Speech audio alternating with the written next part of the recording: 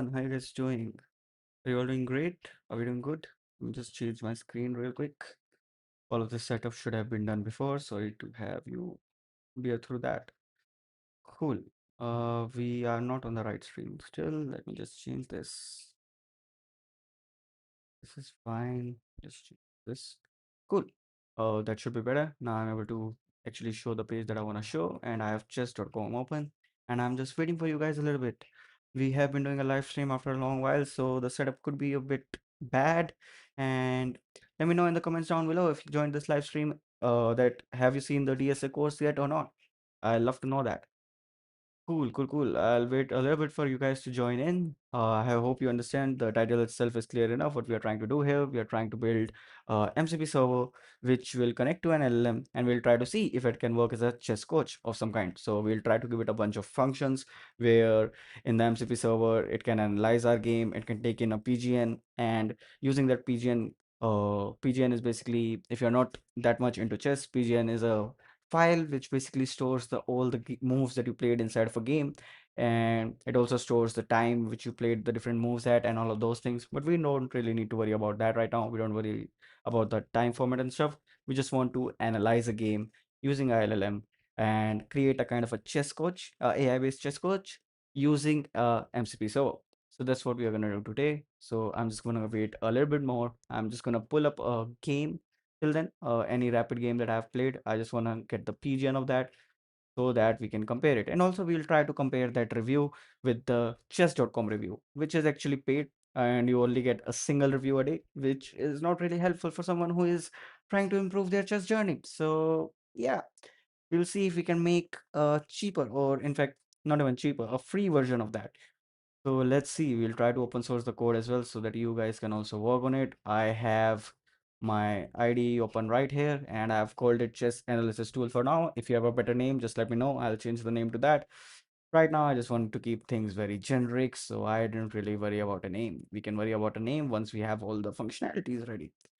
So cool, enough of me blabbering. I'm gonna keep blabbering until a few of you guys join in, which you are not, shockingly. Yeah. Okay, cool. Uh, we can try to start working on the engine by you guys are joining. So you guys can keep on joining. I'll start working on the things that we are going to do. I'll just create a file here, first of all, that are going to store the requirements that I'm going to currently fulfill and what's the plan of action for what we are building today.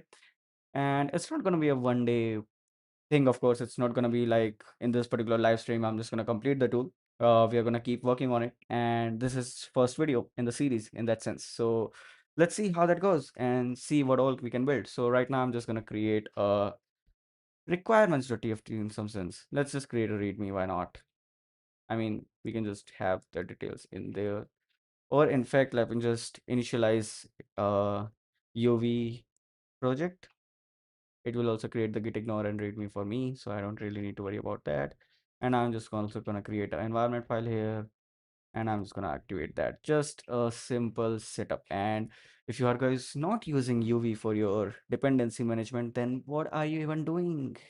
Use UV. This is UV right here. Read the documentation, get familiar to it. It is really cool. If you have worked on Python projects, if you have done some open source contributions, you must be aware of how difficult the dependency management is. You have to use poetry and all of those stuffs that pretty verbose, and it gets kind of annoying because you have to write all of those system level dependencies and include them into your poetry script as well. But UV manages a lot of that for you. So if you are already not using UV for your project management, do switch on that. It's actually really cool, and it has helped me reduce a lot of cognitive load in my workspace. So yeah, I really recommend that. So I'm just gonna initialize this project, and let's start thinking of the requirements that we're going to fulfill in our analysis tool. So first of all, it should accept a PGN file. So we should be able to upload a PGN file, and that file we should just be able to uh, analyze in some sense. We so for that, I think we need a board of some sense. Like we need a. So I think Python has a chess library which allows you to, which gives you all the basic UCI based chess interface, like uh what am I even saying? Like the chess interface tools that you need to create a board, run some moves on that board, and see what the new position looks like. All of those things, and check if a move is valid or not. So all of those things are in our Python UCI chess thing. So yeah, I think Python has a pretty standard library for chess, and it's stable from a long time. Oh, it released on the latest version released on February 26th. I don't know what they have introduced. You can check actually what they have introduced. That's pretty interesting. Why would they be introducing new things in the test library? Let's just go to their homepage and see what they're introducing. The latest release. Bug fix. Just dot gaviota Python table base does not properly resolve positions where n% captures are the best moves. Wow, I'm really not aware of what is this gaviota thing. So if you have not seen these streams before, they're kind of chill. It's not a kind of a stream which is like scripted by me in any sense. I'm just going to be building a UI here, so I'll be exploring the things with you. I'll be learning the things as I go on them, and I think you're going to learn things too. I hope that's what you get from this video, and you get to learn something. You get to be a part of building something new, and I hope that interests you as an engineer because that's what I live on as a job to engineering. A chess engine communication protocol and UCI compatible chess engine written by FM Miguel Bellicora in the C programming language. When it was released, it was the first Argentinian engine available. Gaviota supports its own endgame table basis and book and can use several processors. Okay. Okay, it's some kind of a chess engine thing. So that's fine. We don't really need to worry about that. What all else have they released recently? Chess engine fix parsing of UCI options containing name type. Okay, okay. A lot of bugs fixes for a stable release. That's shocking. But I guess they are just fixing the bugs on the new features that they might have introduced. Whatever. We don't really need to worry about that. I'm just passing a bit more time so that more guys can join in. That's what I'm doing, to be honest. So yeah, use UV. We already set up a thing, and let's just download a PGN file from here and have it stored in an example file inside of our project so that we can directly start working on it. So I'm just going to create examples, or let's just create a notebooks thing. And in fact, it's going to be a full stack project, so we need a backend and a front end. So instead of organizing it like this, let me just remove everything from here. Move notebooks, RM. There should be some way that I can just remove everything.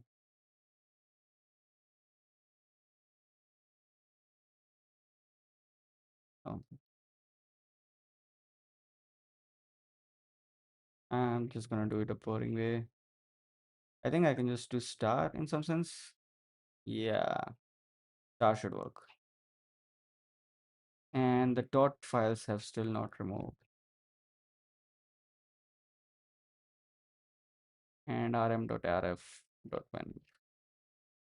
So I'm just gonna organize it as a backend and a front end. So make dir backend, clear, make dir front end. We are just gonna focus on the backend in this video. Front end is gonna come way later in the process. But yeah, let's go to our backend. Right now, I'm just gonna initialize a project, and here I'm just gonna create a environment file, which I'm gonna activate. Cool. And also, at the same time, let's start writing our requirements. So we don't have this README file anymore. I'm just gonna copy whatever we have written till now and create a examples file here, examples folder, where I'm gonna store the data. So let's just copy a random PGN file from the game I have. So this is just a recent game I played, and don't judge me on my chess ratings or anything. I'm not a pretty good player. I think to be 1300 on chess.com is to be just average in terms of like the chess ratings words. So yeah, I think I'm an average chess player in that sense. If I qualify as that as well, I don't know. My games can be here and there. So cool. I'm just gonna copy this file in here. Let's just call it test1.pgn. I don't think pgn is an extension, but I'm just gonna store it like this. And we can read it at a time and see if we can read it into our tool. So first task is to read a pgn file. Like that's what we need. First of all. and we need to be able to make these moves on a board. So whatever pgn file we are copying, that should give us a game, and we should be able to make different moves inside of this game and get new boards out of it, so that we can use some kind of a engine. So there are a bunch of famous engines available in the chess world. So you have Stockfish, you have Leela. Stockfish is like the best of all time, I think, and it still is. So we can check that on the chess uh engine leaderboard. So they have their own championships and stuff. So that's kind of cool. So CCRL is the thing.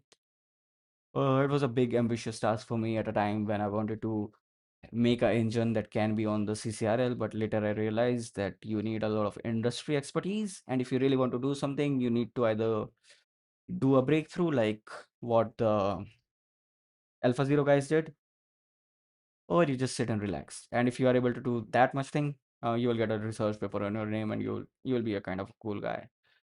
Okay, so yeah, Stockfish is still the top, and also there is Leela and stuff. So Leela, I think whatever I've heard about Leela is that it plays more human moves. So the problem with Stockfish is sometimes the move it's play is too unreal for a human to play. It's like the moves are too complicated, and you don't expect any human to be able to find those moves, and there is no logical reasoning for a human to make out of them. You can't generalize those rules to improve your game. So that is something that is bad about Stockfish, but Stockfish is kind of fast in processing. So in that sense, it is good to run in our local system. Leela uses a neural network. I don't even see Leela in the list anymore. I think it has gone down the list. As far as I can remember, previously, uh, I think 2 3 years back, it used to be on the second or third number with Stockfish, but I guess it has gone down from there. So there's also Leela, this engine, and that should show you Leela Chess 0. So yeah, so we can use both of these engines. Now I want something that can quickly work on Python. So I don't know, I can just ask ChatGPT to give me. So how can I use the Python chess library to use a game, and from different board positions in that game, give me Stockfish moves and board evaluation. Board evaluation is like kind of the score you have right now. So the probability that the engine gives you, that how much are you actually winning in this case. So if we go to a game review, the chess.com game review, we'll be able to quickly see that how chess.com actually gives you a particular review, if it is giving me that for this game, because I've already done the analysis. So it should give me the pro analysis thing, like the premium analysis. Wait, let me just check how can I get to that. So I have to go back to my profile. I think I have to go over to the games, and this game inside the review, I should be able to see it. Okay, it's not letting me go to my already reviewed game. Shocking. It's still asking for money.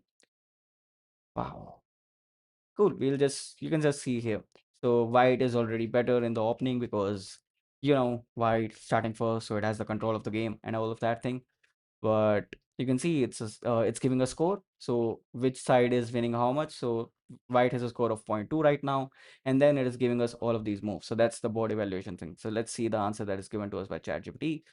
So it has given us, we have to use chess. We were already aware of that, and we can just use chess.engine, which has a simple engine thing, and we have to open the Stockfish using the UCI.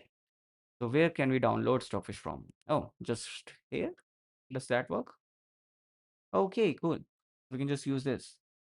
Now, why is it a separate thing for macOS? Why is it system dependent? Python just library can interface directly with Stockfish. You just need to download the Stockfish binary. Oh, I think because of the binary for the Apple Silicon, they have it compiled in a different way. Cool. So it has been downloaded. Let's just open this. I think it will just run the file for me. Let me go on a different screen. I don't want to show you guys my whole file system, right? And in the downloads, I'll just copy the folder that we have just downloaded into our IDE. So here we are. And let's keep another folder inside of here, which I'm gonna call the engines. And inside of this folder, I'm just gonna paste the, oh, okay, it's not letting me. That's sometimes Z is kind of weird. I hate Z sometimes. Like, I understand it's a very light IDE and it works great in that sense, and it has a good integration system with all of these LLMs and everything.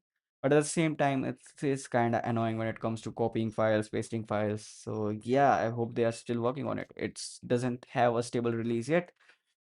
So I think they are still working on these kind of problems and they want to make it a proper ID in that sense. But that's fine. We don't need to worry about that. So yeah, we have the stockfish thing copied here. And I think this should be the binary ChatGPT is talking about. So yeah, cool. Let's go back to Zen and in here, yeah, we were using this code. So let's just copy this for now and see how we can work on this. So I'm just gonna create another folder here, which I'm gonna call the notebooks. And all of these things are gonna go inside of my git ignore first thing. So where is my git ignore? If only I can find it. There is no git ignore. Why would it not create a git ignore?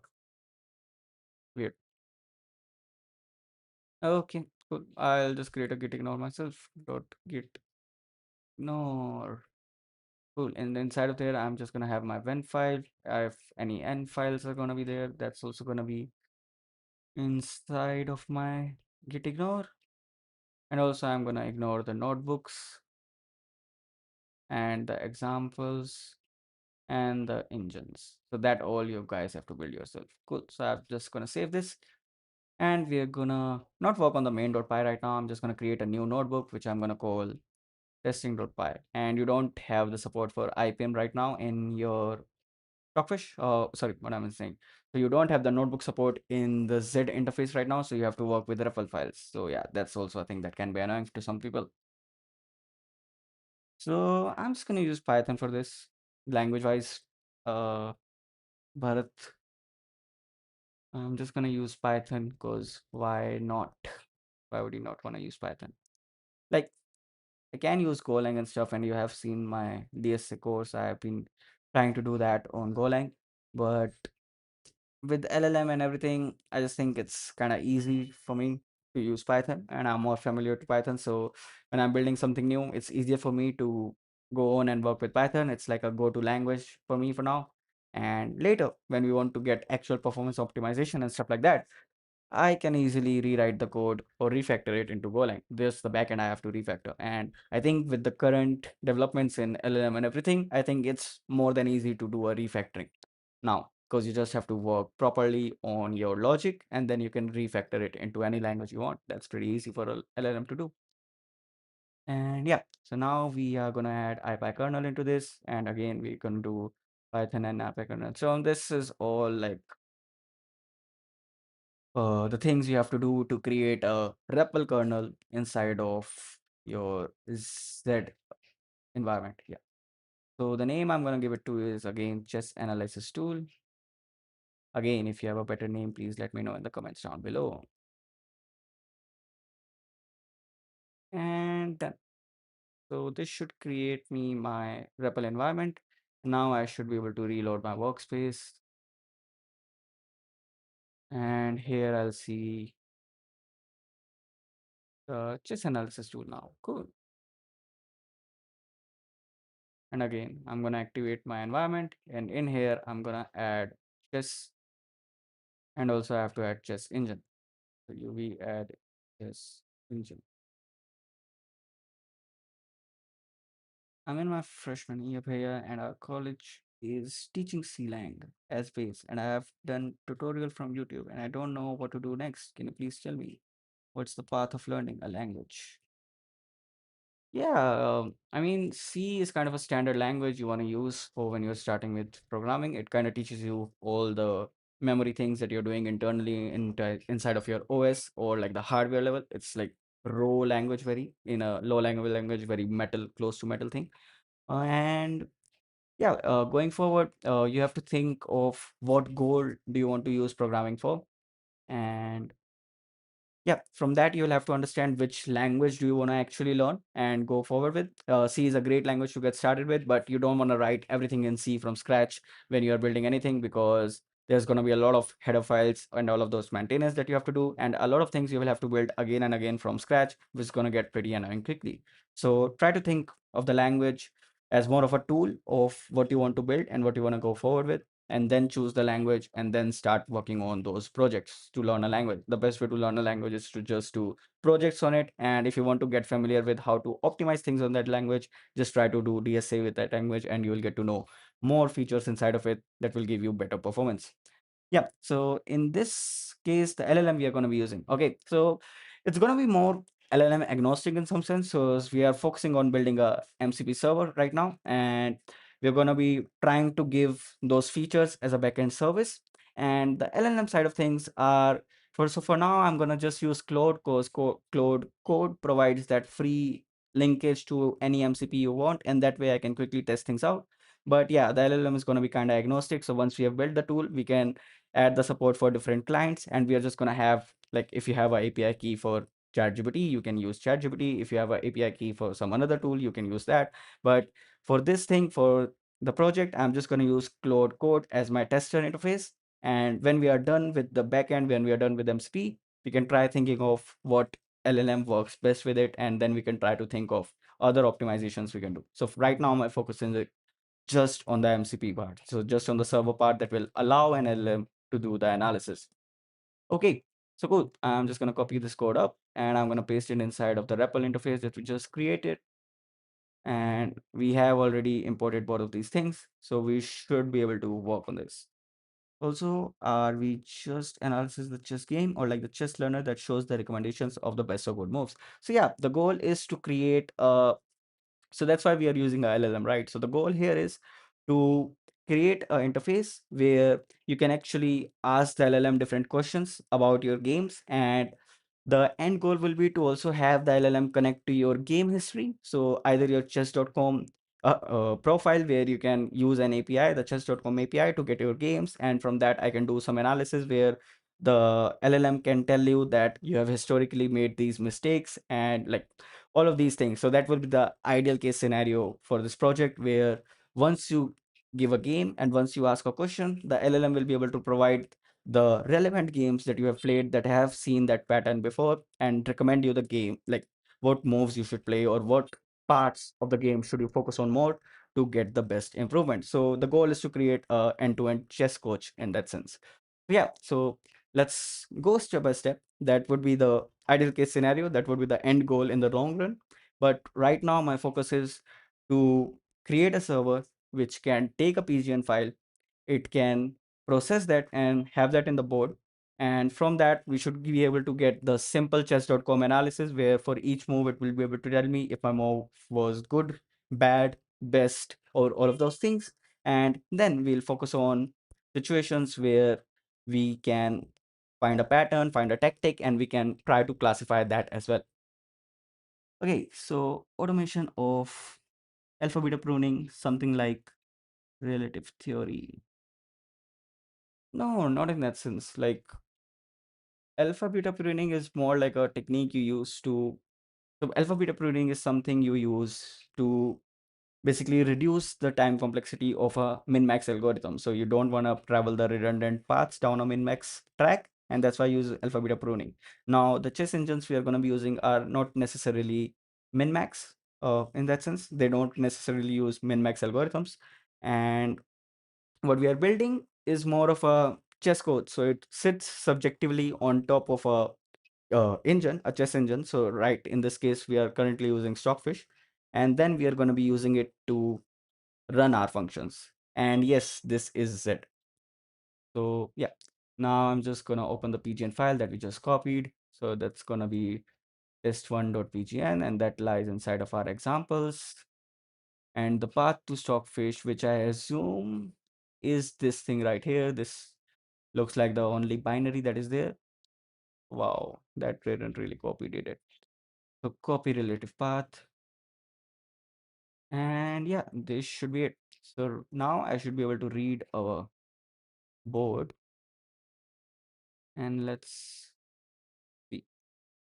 Okay, okay. Thanks, man. That's a huge board view for my thought process. Cool. I don't know how it helped, but great that it did. Please like and subscribe if it did. We need more subscribers here. Yeah, and also more watch time. I'm not getting any watch time from you guys. So you guys are subscribing, but you're not watching the videos, which is annoying. And you should watch the full video if you're watching it. That's the only way you can get the learning out of it. So come on, you guys. Don't slack. Yeah.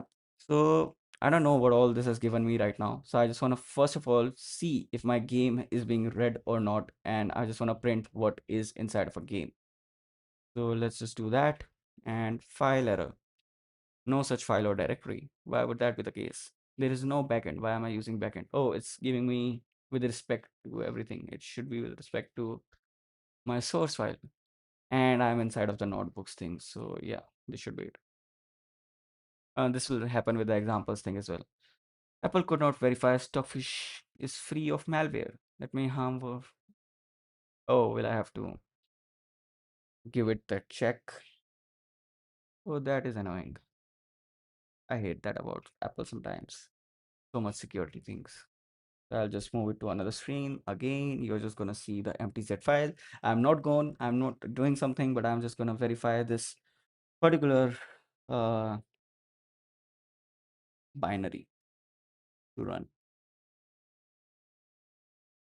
Cool. Now it should be working. So I'm just gonna rerun this. Wow, it needs everything right now. Yeah, now we should be able to read the example like this. So cool. The game is actually just being printed as a PG and just we just loaded. So that's fine. And now let's try to think of the board. So we have the board ready. And why is it not showing anything? Board is not a known attribute. So how do we get a board? There is a board thing, right? Why are you saying it's not a known attribute? Is it Z being annoying? So what all does a board have?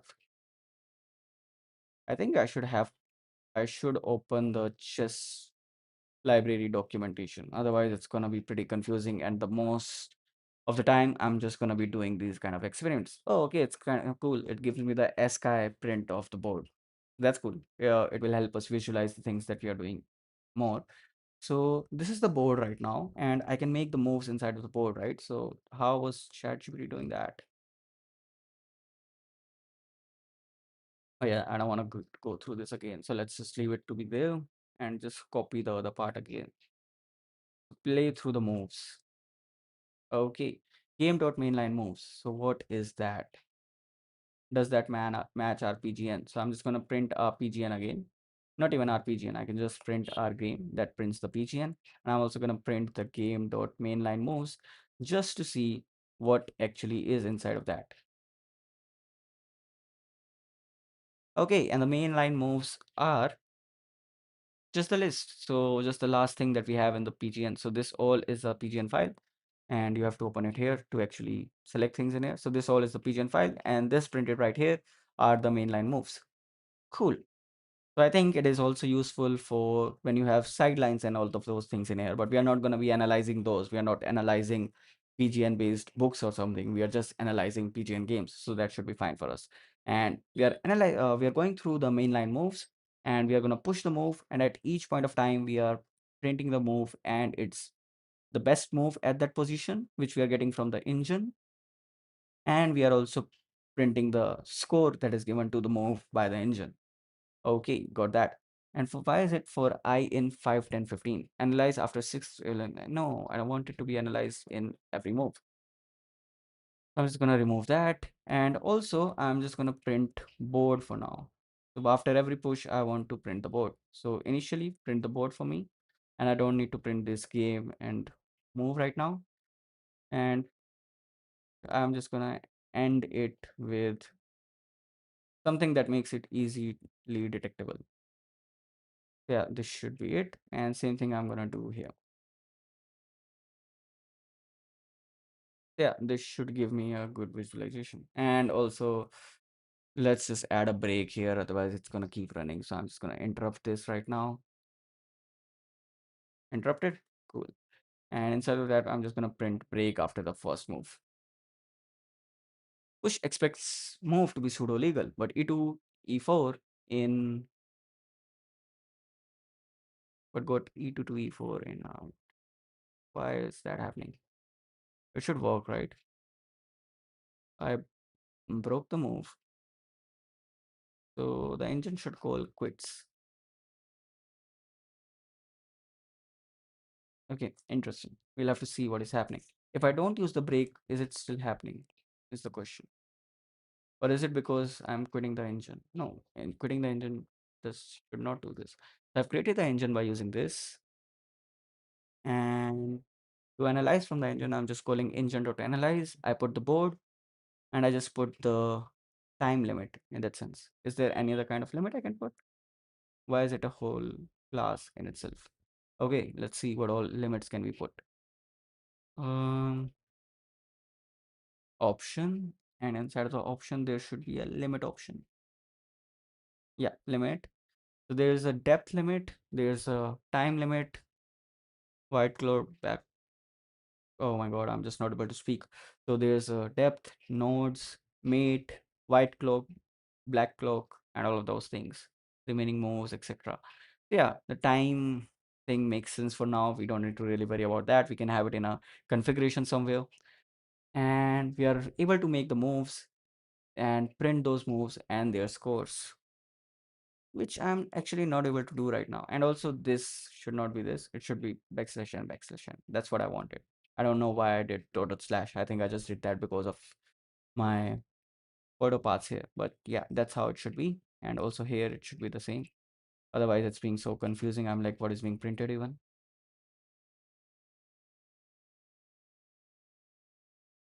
And I'm also gonna put these arrows. I don't know. They make it easily distinguishable.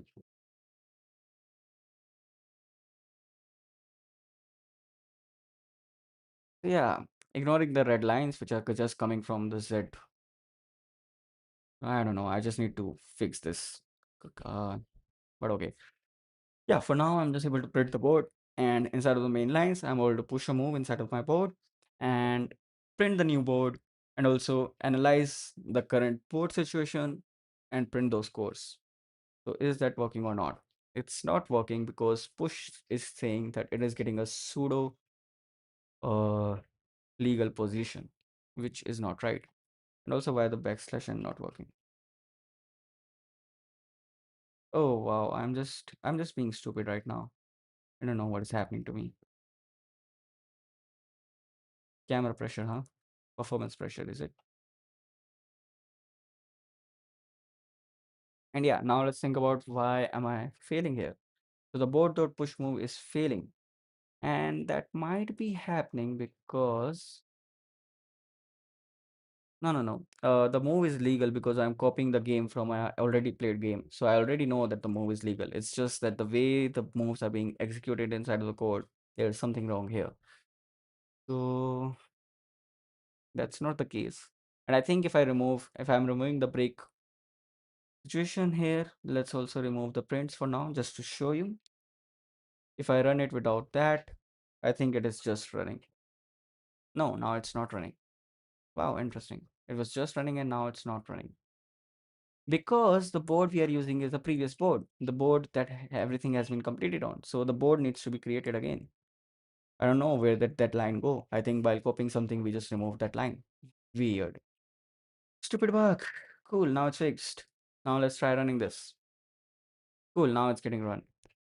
So yeah, we are able to see that the move, the best move, and the score that we are getting. Wow, the score is kind of weird. The score doesn't make sense to me right now. The score is just flying off the charts. It's plus 64, minus 66, plus 513. I don't even know what's the metric for the score. So, okay, let it analyze all the moves. And where is the move count coming from? Oh, they have put in that. Okay, cool. So 36 moves were in total, and the score is mate minus one white. Yeah, I won by checkmating the opponent. That's fine, but move 36. So there were 36 moves. Is that correct? Yeah, it is counting each moves as a move. It should count as a pair, but that's fine. Okay, so we are able to make the moves and we are getting some kind of a score, and the score is actually not making sense right now, which is weird. So how can I get the evaluation score from this thing? So let's read the chess.engine documentations, and I think from there we will be able to get this idea better.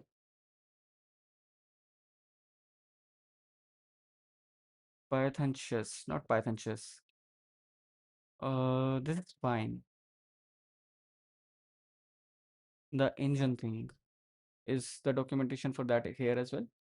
Yeah, UCI engine communication.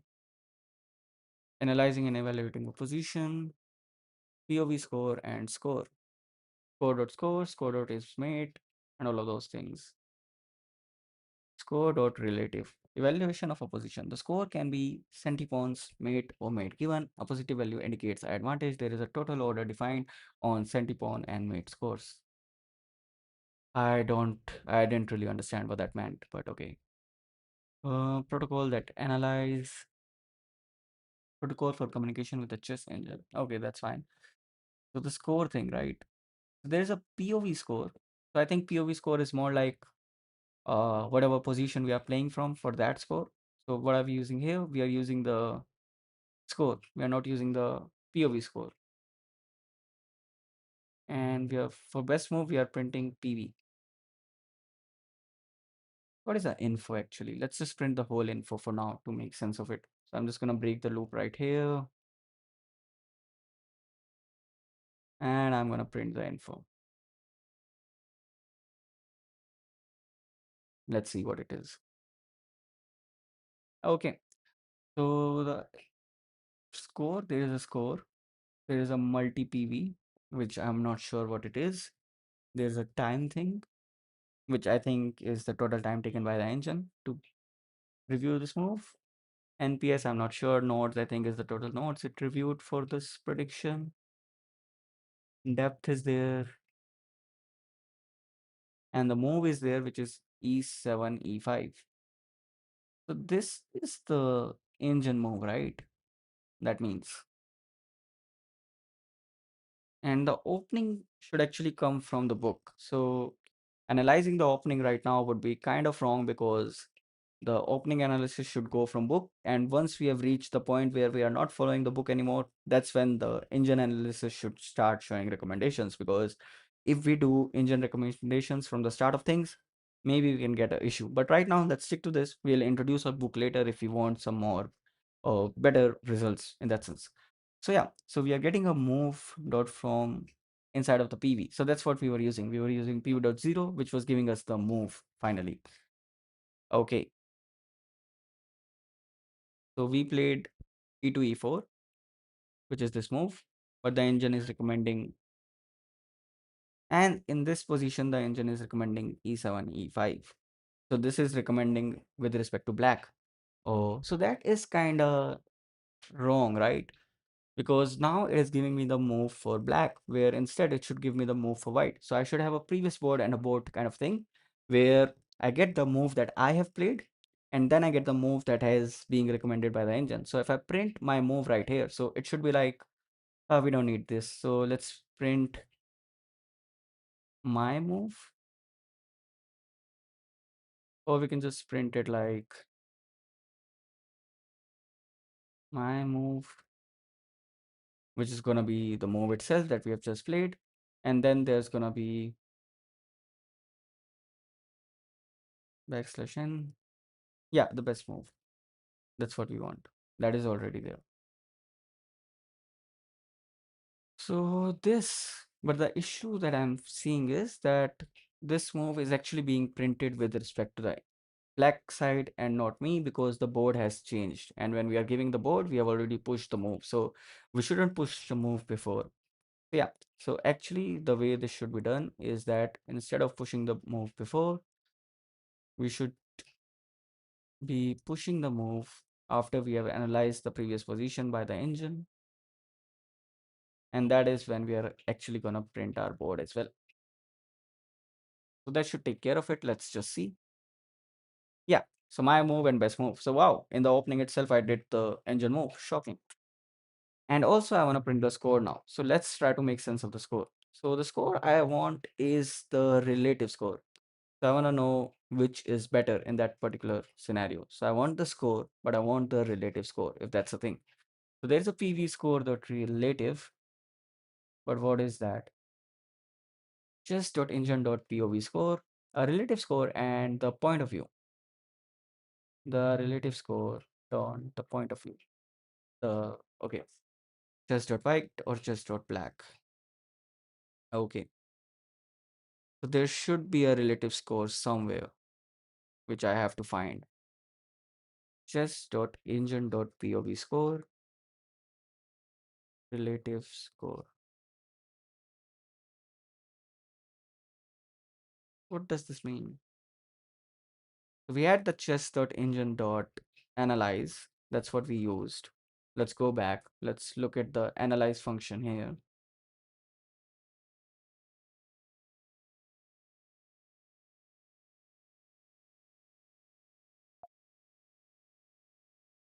Analyze. Where is that? We used analyze, right? Oh wow, it just shows there is no analyze in the documentation. Funny. So okay, there is a best move. The best move according to the engine or none. So all of these are classes. Where are the functions, dude? I get it. These are your classes that you're using. But how do I actually get the analysis is what I'm asking. So engine.analyze, that gives me the analysis. And inside of the score, I'm getting the score. But oh, do I have to do score.relative? Is that what I am supposed to do? So basically, yeah. So I got the score from here. Let's remove this for now. Let's try to make sense of the score thing first. This we have already made sense of, so we'll keep it here. And we are going to print info score. Yeah, so it prints a POV score class. So that's fine. And in here, I should get, oh yeah, I can also use this. Cool. Thanks. Uh, POV score, a relative score of the point of view. Okay, so this is what is inside of this. So in the relative is the relative score of that particular side. But wait a minute. So why in the initial position am I getting the score as 31? Why is white already plus 39? That doesn't make any sense, right?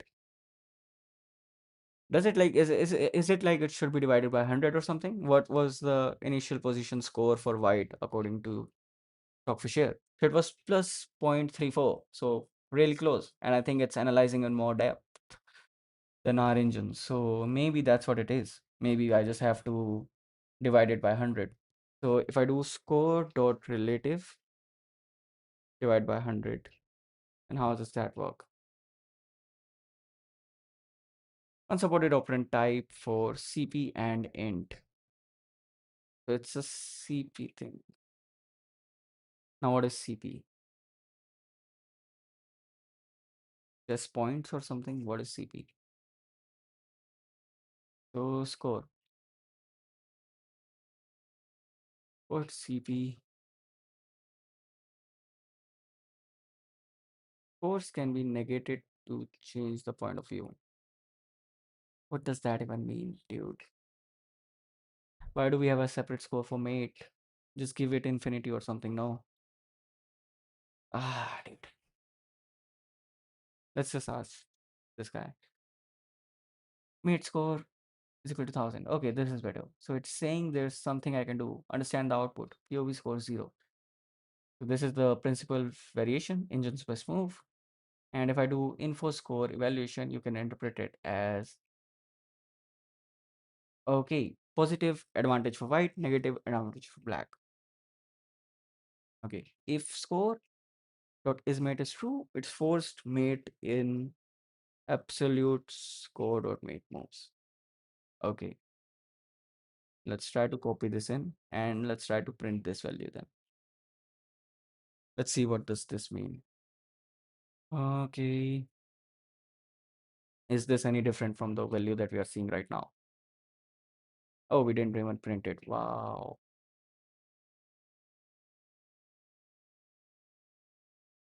Yeah. So I'm not sure which position it is showing it from. So, okay, the move has been pushed. So it's now showing from the black's point of view. That should be -1 into both terms in some sense. I hope that works. No, it doesn't. So what is board dot turn? How do I get negative of that? So print board dot turn. Board dot turn is false.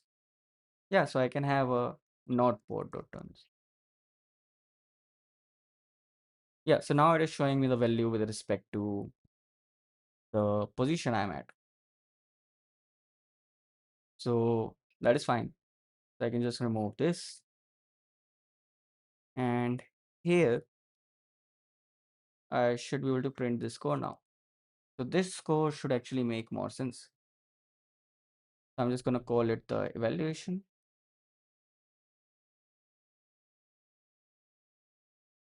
And now one thing we can do is if I print the evaluation right here, I'm just going to check this once again. And I'm also going to do evaluation by 100 just because it makes more sense to me. So I'm just going to do that. And let's just try printing the positions now and see how this goes.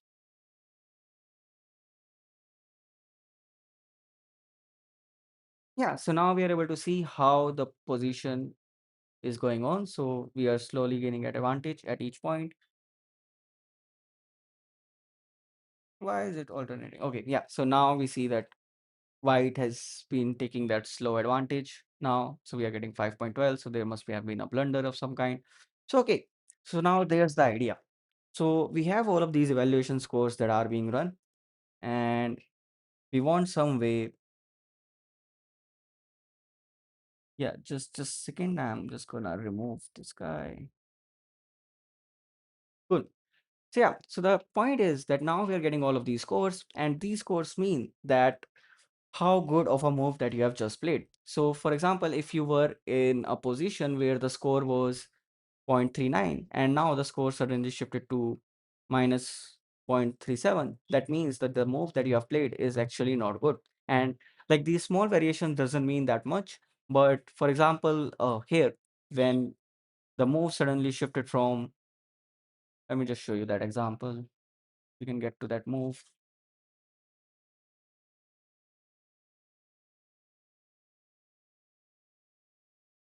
Okay. Yeah, so here.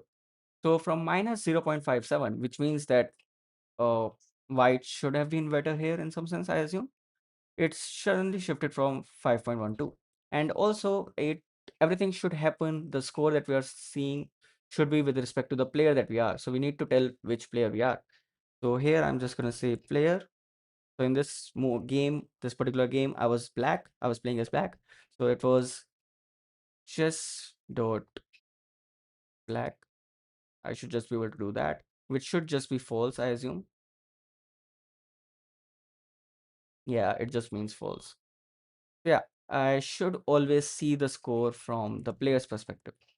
So whichever player I'm trying to analyze. So that way I'll be able to see everything from a single player's point of view.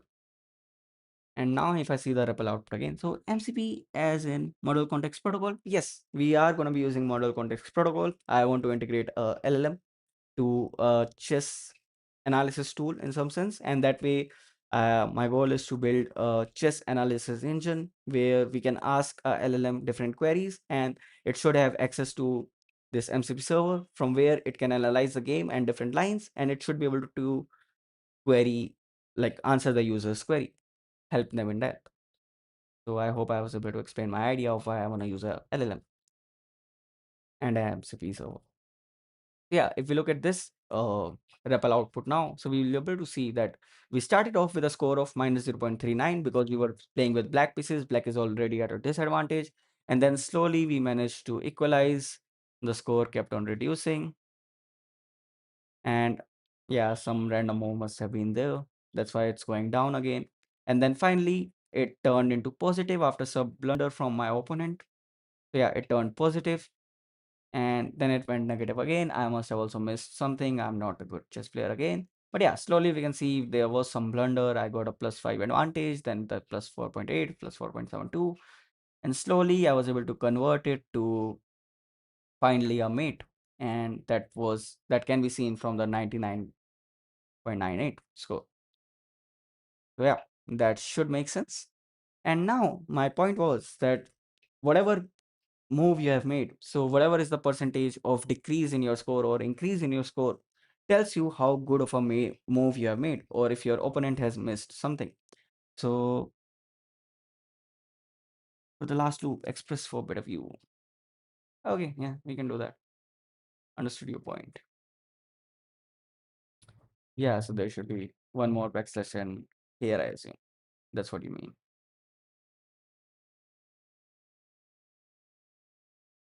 Yeah, okay. Yeah, so the change in the score, the way the score is changing, based on whoever moves it is, we'll be able to tell that the move that was played by this person was how good. Like this should be a metric of how good that move actually was, and we want to compare that score with the best move that the uh, engine would have played in that position, and the board position that would have led to what score would that get versus the score that the position that we have got now. And we should be able to compare that score, and that should tell us how good of a move something is.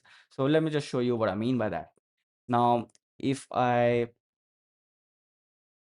what do I need to do? So basically I want to see how good of a move something is. So first of all, I have to create two boards now. So I don't want to board.push to instantly push something in the board. I need to create a copy of this somehow. So how can I do that? I can also do pop. So what I can do is I need to analyze the game from the engine. I need to get the best move from there. So that I should be able to get from here. So this is the best move. And also I'll move the evaluation to be here. And inside of this, I'm just going to do board.push best move. And then I'm going to print the analysis again. So I'm just going to do the analysis on the new board, and then I'm going to get the evaluation in that sense, right?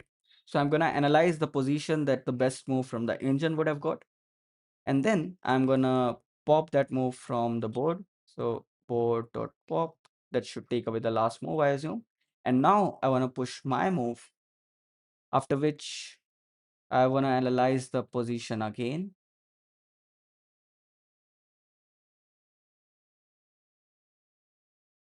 Right. And here I should also get a evaluation score.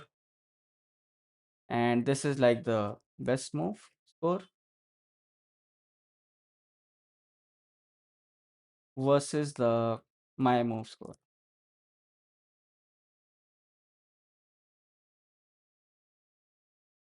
So the difference in these should be able to tell me you're working on.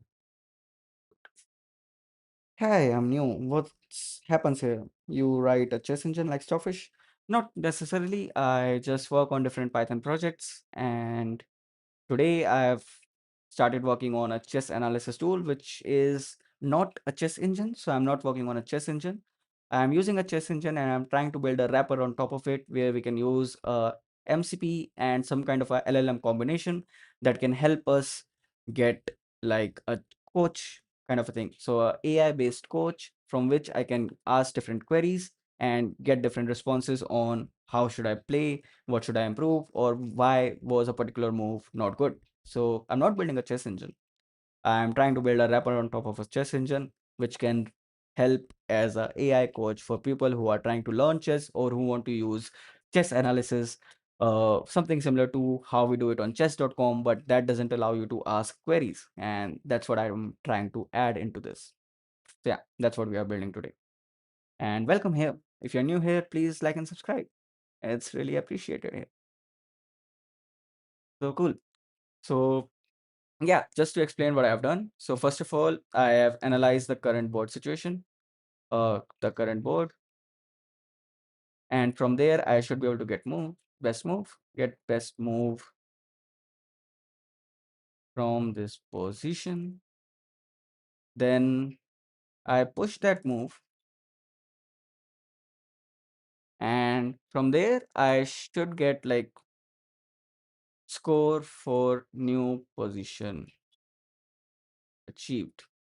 So we are analyzing the score the engine is giving to the new position that we are reaching now. So if we play the move that is recommended by the engine, what is the new score that we are going to reach?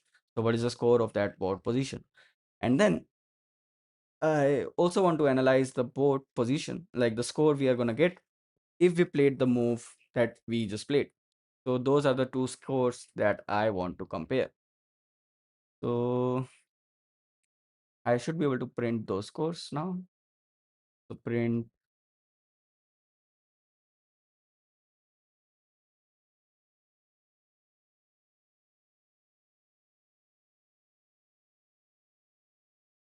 and also,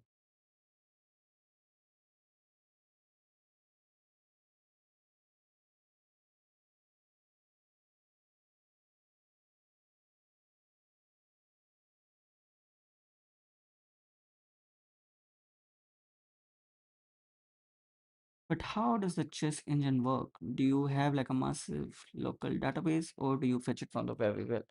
So basically, there's something known as Stockfish, and they have their compiled UCI based interface available online. It's an open source thing. So you can just download their uh, binary from the internet, from their official website, and then you can use that binary inside of a UCI based chess evaluator, and from there you can do the analysis and everything. So I'm not building any chess engine. The chess engine is not working on anything. I'm just using Stockfish, and you can just search about Stockfish. It's like a pretty popular chess engine thing, and I think it's the best right now. So okay, so now I should be able to go back to my REPL, and here I should be seeing the impact of the best scores. So yeah, right now it gives me the best move score was 32. My score it gave minus 34 and all of those things. But again, the weird part is the pop didn't happen properly, I think. What does dot pop do? Restores the previous position from the start move. Does it return anything? It returns the move, but it does it in place. So why did it not happen? I think because the analysis should have done before, and we are printing the info PV score. We should print the best move. Yeah, this should sort things out. So I'm just gonna break this thing again, interrupt, and then I'm gonna reanalyze this. Like JS also has library for chess. Yeah. Yeah, the moves are the same. Best move score is minus 38 and my move score is minus 22. So that is still wrong. The score should be same if the best move is the same. So what are we doing wrong? I'm just gonna, I don't want to waste too much time on this. I want to build a basic server at least so that we can put it in cloud and analyze a PGN. So before doing anything else, I'm just gonna go here and see what is wrong with this code. I am trying to analyze, compare the positions we get if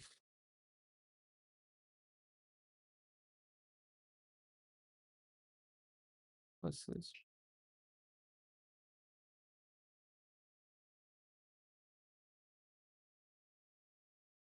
Yeah, and let's try to see. I don't want to waste too much time on this. I want to also build the MCP server part. So for that, I'm just gonna import fast MCP. So let's just do that parallelly. So if you have not heard about that, fast MCP is also a framework that is available in Python, which is built on top of MCP. And I think it's kind of easier if you use fast MCP to integrate fast API and stuff like that into your application. And if you use fast API, you get access to UV code and you get all of the benefits from there as well. So I am more than happy to use UVCon for their hot reload and everything while development, and also in their deployment, how you can easily set the number of workers that you're going to have and all of those things. So that's why I think fast FTP allows that to be done more easily. So I'm just going to copy this for now. This is all that we need.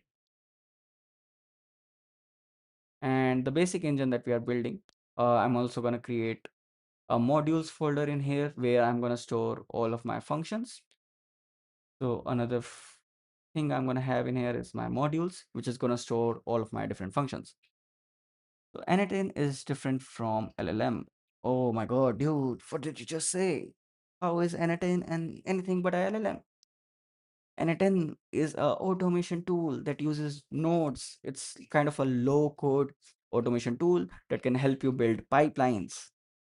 LLM is a large language model. It's something that comes from AI, and LLM is, yeah, it's a large language model. It's basically a model that predicts the next word. For now, that's how the LLM architecture works. Maybe in future we'll change it, but for now, LLM is a big giant factory which you put a bunch of words in, and it will give you a bunch of next words that are supposed to come after that sentence according to that particular engine and the data that it has been trained on. And then you have all of these reinforcement learning and all of those things on top of the LLM to help it help a human. So it is trained, it is preferred, it is shifted in a way so that it is more useful for a human. So it answers questions better and all of those things. But yeah, N10 thing is just a pipeline builder. It's a workflow builder using graphs and stuff. Yeah, so LLM, I'm just going to use Claude for now. So the Claude code thing, the app that they provide, actually provides free connection to what do you call the MCP server in your local. So that's cool. That is really helpful for development point of view because I don't really need to pay for a API and do all of those setup. And like there is no setup, but again, the API cost is something that I have to deal with. So for the development part, I'm going to use that. But once we are finished with the MCP part, maybe we can try with different LLMs, and we can also try fine tuning something using some chess books or some chess database, some uh, GM level things where they have analyzed a particular chess game and what opinion they gave on each move. We can try to fine tune the LLM on that, but that is for later. Right now, I just want to use Claude the standard way. Maybe we'll use some system instructions in it, but that's gonna be the extent we are gonna go at. So yeah, this is how you build a basic MCP server. So you use fast MCP. It's very similar to how you use fast API. So you give your server a name. In this case, it's gonna be the chess analysis tool.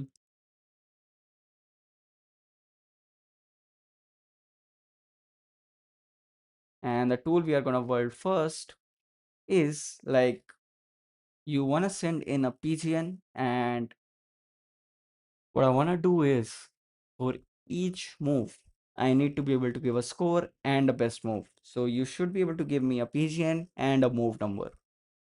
So that's what the idea should be. And the LLM itself should also be able to analyze a PGN. So in some sense, we need to provide. So what all do we need to provide to the LLM? Let's try to think from that direction. So we read our PGN, sure. We made some moves. So let's see what all we have done now. Made moves on board, compare my moves to engine moves. And we like this is some basic analysis that we have got, and we can let the LLM comment on how good of a move it was, comparing the best move score and our move score. So that is fine. I think the LLM will also have that much understanding about chess. I think there was something, right, that chat GPT chess rating 2400 rated according to chess.com. Oh wow, then maybe we don't even need a chess analysis tool anymore if it can give us that well recommendations. But let's see what is the Claude. What are different Claude models? I remember I always forget their names. There's Haiku or something, I think. What is it? Models. Choosing a model, yes. Sonnet, Haiku, and Opus. I think the smallest one is Sonnet. So Claude, Sonnet, chess rating. Does anyone know 3.5 Sonnet? Just Sonnet 3.5. I will try using 3.5 a couple months ago. I easily defeated GPT-4 and I had correct numerous illegal moves on its part to finish the game. Okay, blundered its queen after 14 moves, so I stopped the game. It's maybe 1000 elo at Bex. I was right. Okay, so that makes sense. So we need to connect it to Stockfish and also the wrong moves it is making. So that should be taken care of by the engine thing that we are using. That's why we are using the engine thing in the first place. So cool. Now that that is out of the way, let's continue back. So we have to give. So what all do we need to give to the LLM right now? So the very first thing that we have to give to the LLM is like, for each move, what should have been the best move and how does my move compare to the best move? So the score for the best move and the score for my move. So the first API should be move analyzer. So if a user sends a PGN to my LLM, it should be able to send this PGN as a string to my function. And from there, it should ask my server, like, what should have been the score here? What should have been the best move? And it will get the best move. And at the same time, it will also get my move, compare those values, and recommend the user that which move it should have played. And we will come to the reasoning part of why you should have played that move later. So first, let's clear this out of the way. So yeah, let's go back to our testing thing. And we were asking ChatGPT on what to be fixed here because our my moves is not being matching. Let's just see what is giving us. That's the problem with LLMs, it kind of makes you lazy. I could have just read this code and fixed the issue, but when I'm on the live stream, I don't really want to waste too much time. I don't want to waste your time. So I just end up using that, and it is kind of lazy, to be honest. And we don't need all of this. This is just annoying. Yeah, let's just try to read and understand what it has done. So first of all, it has tried to understand what is the player right now, which I don't want. I want the evaluation to be always done from a single player's perspective. So this is just fine.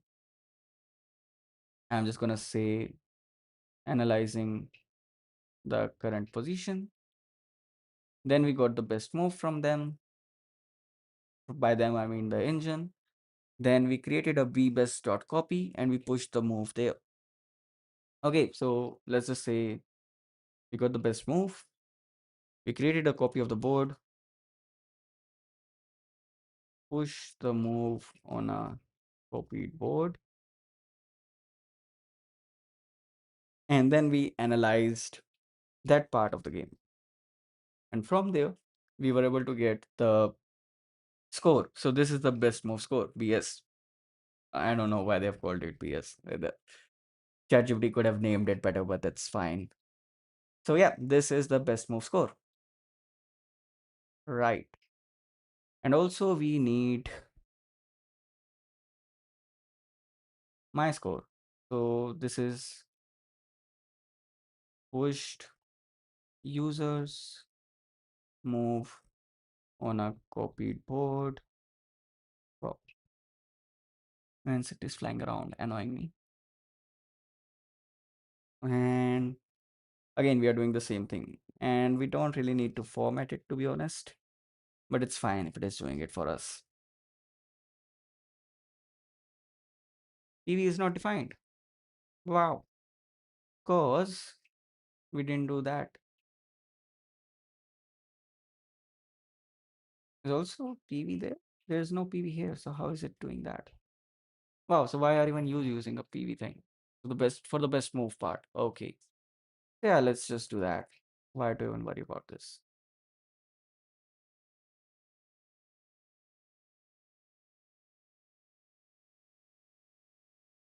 Cool. Now we should be able to see. Cool. So we are able to see the deltas and the difference between my move and the engine move. And mostly it's gonna be negative, I assume. So first it's what is it that it is subtracting? So it is subtracting best move score from my score. So yeah, it's always gonna be positive then. Yeah. It's always gonna be positive. Unless it is also recommending the best moves for the POV guy. So like the other guy, the other dude. So yeah, in that sense, for him, the score could be negative. He could have played better moves to save his position. So in that case, my score would be negative. The delta would be negative. So I need to make sure that the analysis we are doing is only for the current player. So the for each move, it should work in pairs. So correct, correct, correct. So instead of analyzing like this, I should just make the move for the second player and I should only analyze the moves that I am playing. But I also need to show the blunder that the other player is doing, right? So I should also tell the model that which player's move this correct move is. So for each move, I should also tell the player that we are playing for. So I think we should be able to get the players from here. So game.players, is that a thing? So it in the from the PGN file, it knows who the players were. So it should have something.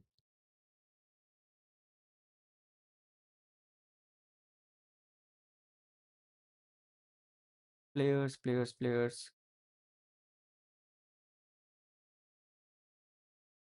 How to get player names from the PGN we uploaded.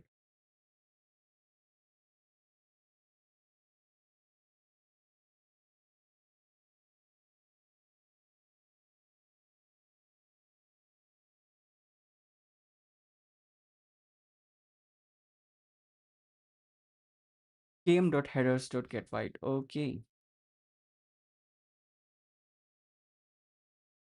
So for each move, if the move is odd, it will be a black player's move, and if it is white, it would be the white player's move. So I should be able to print that as well. So print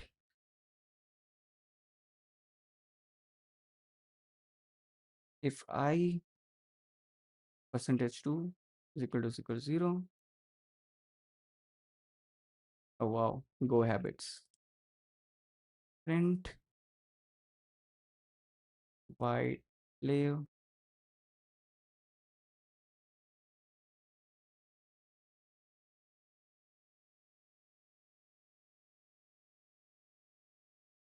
Cool. So now we are getting the player wise moves. So this makes sense.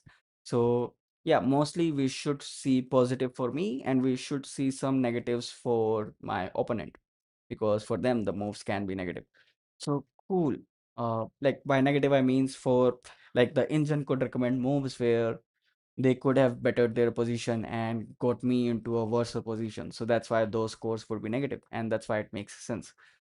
So yeah, so we should be able to give this to our LLM and it shouldn't just print everything like it is doing right now because that is not helpful at all. Maybe it could be helpful. We can try give it in directly as a game summary kind of a thing.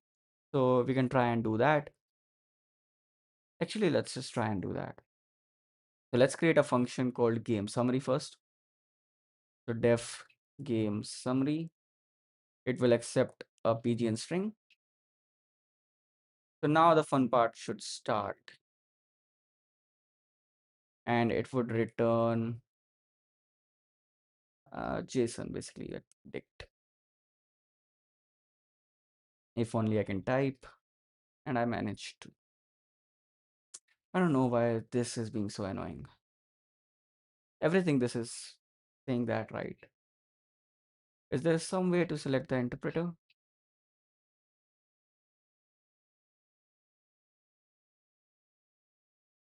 It already is using this, but it's still not able to recommend the things correctly. I don't know. I will set it up later. So let's just do the game summary thing. Let's just try to build that.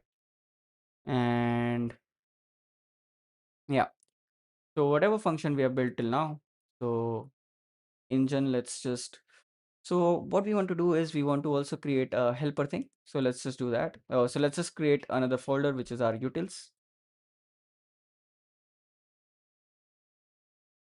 And also we need, so inside of our backend, we should also have the underscore init our modules easily to consider this as a Python module.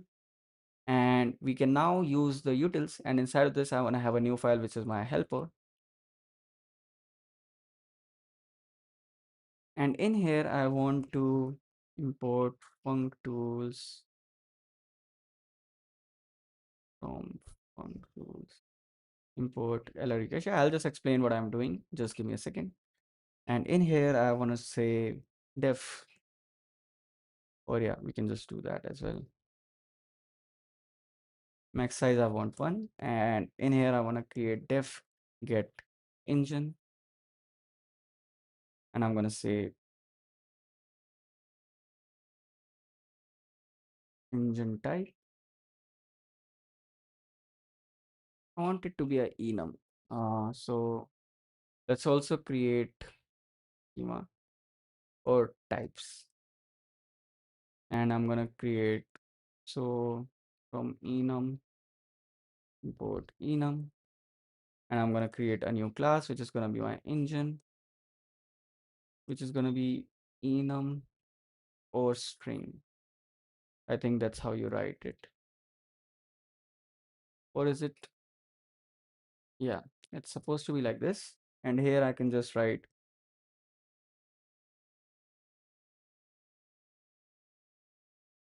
And now if I go inside of my helper and I say if engine is equal to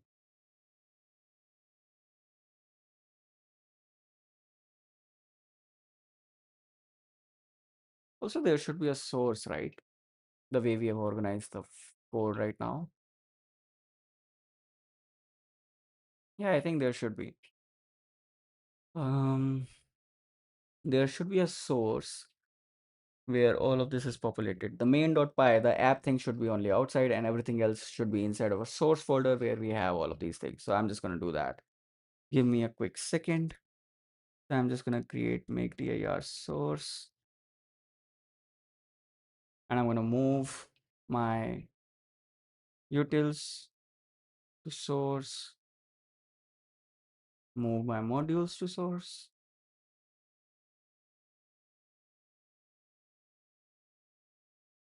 And that should be it for now. That's all of the things that I want to go move inside of the source. The rest everything will stay outside. That's okay. And also engines I can upload, but that's fine. I don't really worry about that right now. Yeah, this should be fine. So everything should have been moved now. So that's great.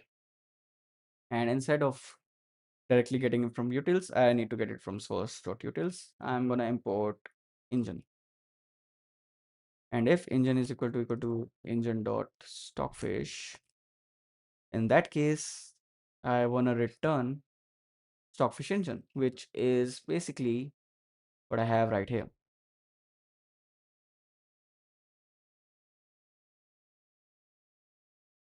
And also I'll have to import the chess.engine thing here. And why did I even cut paste? That's just stupid. I'm still cut pasting. Wow. Cool. Yeah. This is a pretty standard practice. So I've just created a singleton here. And I want my engine to be a singleton because I don't want to load the whole binary for Stockfish or any other engine that I might introduce later inside of here, because once I've loaded that engine at the start of my application, that will just go ahead with that. So I don't really need to worry about that part. So cool. So I'm inside here and now I have loaded my engine. So I can just from source.utils.helper import the get engine function, and I can do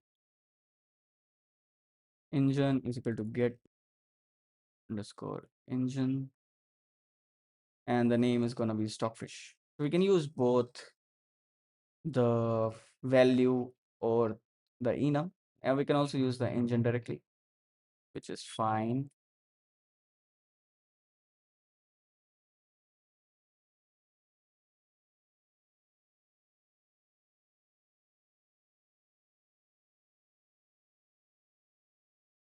And now that I have the engine, now I can go to the next part of my code, and I'm just going to copy all of these things. So I just opened the file and gave it directly to read game. So how can I do it with a string? Maybe I'll have to use a buffer or something. So let's try and think about that first. So instead of opening the file now, I'm just going to have a string, which is going to be my game. So pgn string is gonna be this thing right here. Just gonna strip it just to make sure there is nothing wrong with it. And how are you guys thinking about the video right now? Is it making sense? Are you enjoying this? What are your views till now? Please let me know.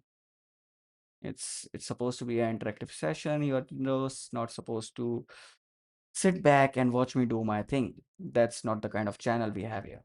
You need to interact more. Instead of PGN, it's gonna be PGN string. So does that work as well? String has no read lines, so that doesn't work. So PGN dot read game, but PGN string is not working. So import IO.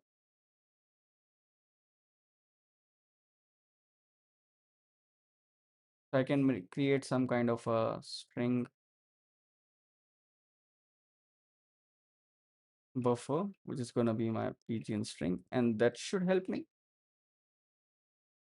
Type object buffer, file IO buffer, is it?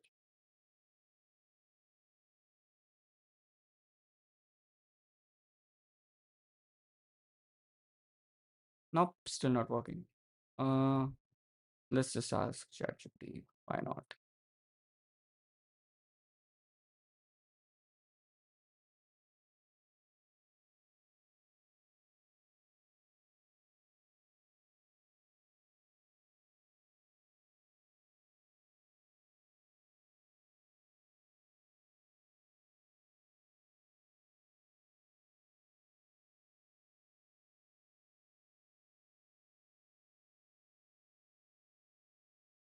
Yeah, string IO only. You have to use the string IO thing, but how do you have to use it? Wrap the in a file like buffer. Oh, we don't have to do dot buffer. Yeah, I just didn't understood these things. I just remembered them by heart. That's why I don't have the understanding to know if you want to use dot buffer or not. But okay, my bad. And this should fix it. Cool. The game is being read now. So I can just copy this part inside of my main. And I'm putting everything in main right now, but I will fix that later. Now that we are getting the PGN string, I can just load the game using this. So the engine is already here. Now we can load up the game. I'm also gonna copy chess.pgn and all of those things in here as well. The dot engine part, I don't think we need as we already have the get engine function. Yeah, so all of this is here. And now we can finally start doing the logic just we just build. And for that, for now, I'm just gonna copy everything up and paste it right here. So right now, my logic is that I'm gonna maintain a response, which is gonna be an empty string at the start. And instead of all of these print statements, I'm gonna do response plus equal to board plus this thing. Yeah, every time this is gonna happen. And in fact, I don't even need to print the board every time. So let's just ignore this. So instead of this, my response is gonna be the move number first of all. So the player and the move number. The move number is gonna be, yeah. So I'm printing the player name. So player. Oh my God, this is being so annoying. Yeah, in here, I'm inside of this. So I don't need to print the board. Let's ignore that. I also don't need to print the player name. Instead, I'm just gonna do response plus equal to white player. That's it. Backslash n. And also it's gonna be player name. I know, this looks bad. I need to clean this up a little bit. I'll make this better. In fact, I can just make this better right now.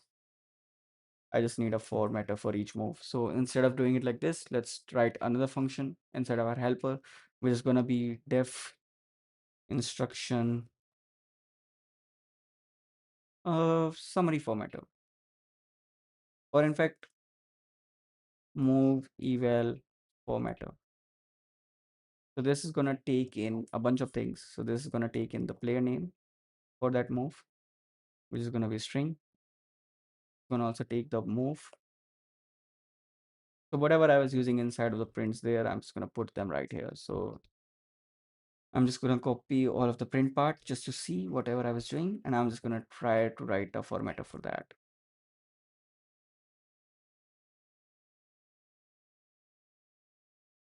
So yeah, let's see. So first of all, we don't need this, as this will work just fine. And yeah, so now we are getting it. So we use the player name, which is here, and the player name is going to come from the function itself. So we don't need to worry about that. We are going to need the move and the best move.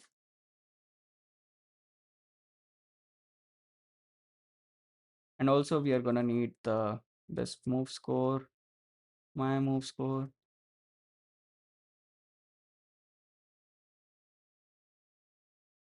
Let's call it float.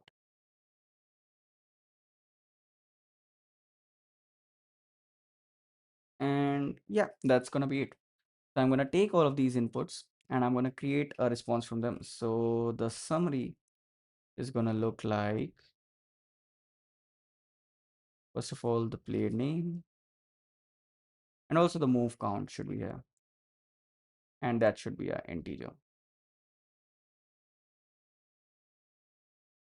First of all, the move count.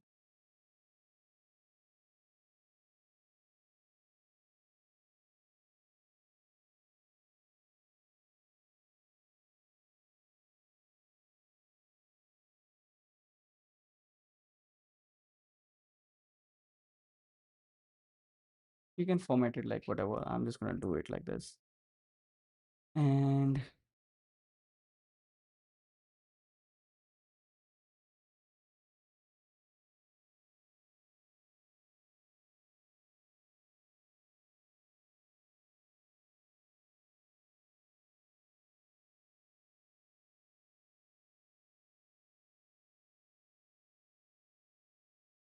no, I can't do that. I can just do it like this. Yeah, this will make sense. And I'm just going to return the summary.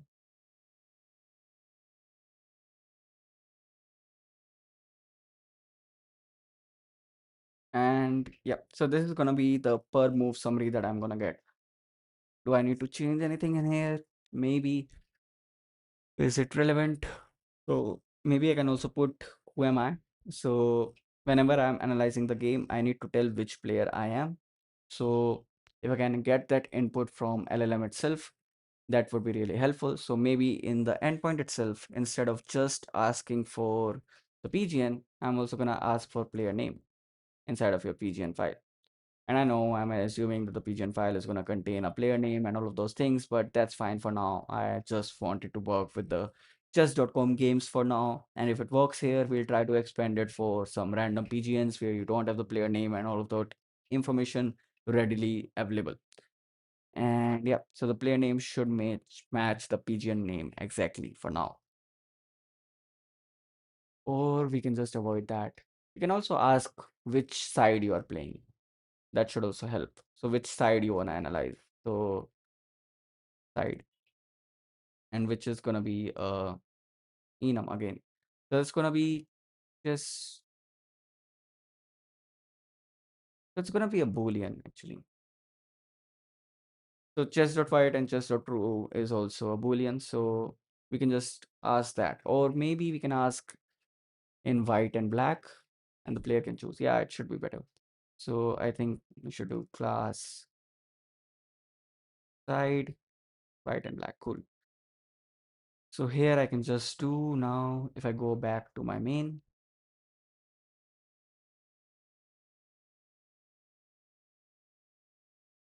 yeah, and that way, if side is white, so instead of all of this printing thing, the weird logic that I was writing right here, and am I using FMT anywhere? I'm using it a lot of times actually. Should I do that? Definitely not, but I am. That's fine. Let's just add it. Who cares? def fmt, and I actually already did that. Cool. So I just have to add fmt before the scores, and that's it. I don't have to do it before the delta, so that's amazing.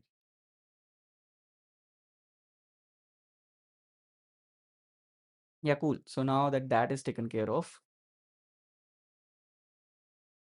I can just do it like that, right? Okay, let's just copy this just to be double safe.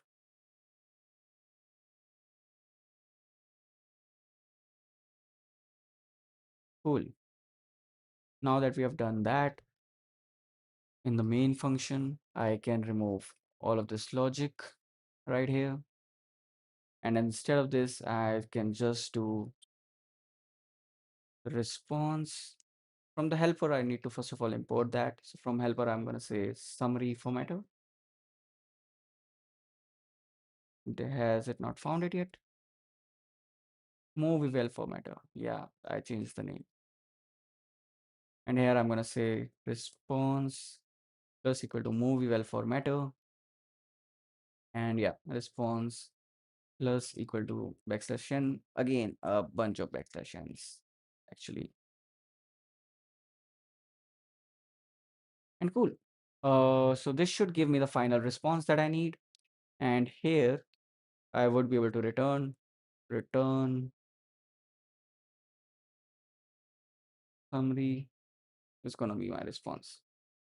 Cool. So that is one way of doing this. And also my move eval formatter doesn't just need this. I don't know why I did it write it like this. It needs the, what is even happening? It needs all of these things, right? Why is that not able to recommend me this? Stupid engine. Stupid IDE. I think I should just move back to VS Code, maybe. Player name is, what is the player name?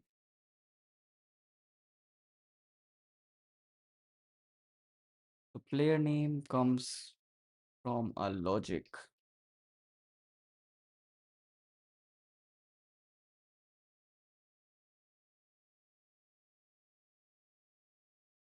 Cool.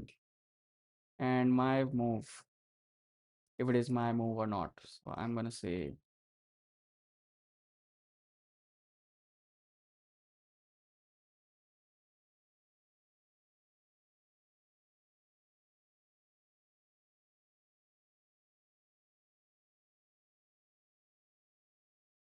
what was it? It was board.turn, right? Yeah, I think it was board.turn. So I need to have a logic where player doesn't necessarily need to be chess.black. The player needs to come from the side, and that should be chess.white. If side is equal to side.white, as else chess.black. So yeah, this makes sense. So now my move is actually the player. So that's it.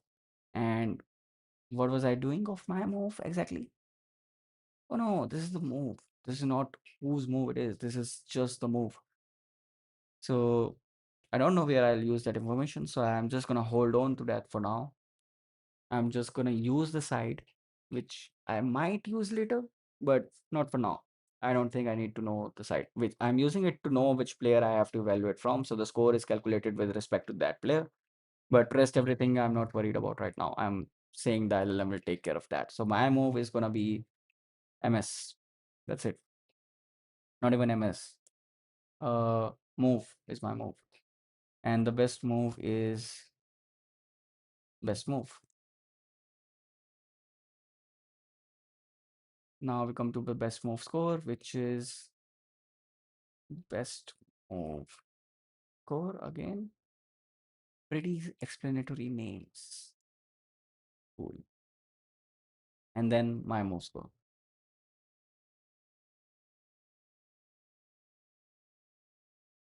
Why are there two brackets? Cool. So this should be it.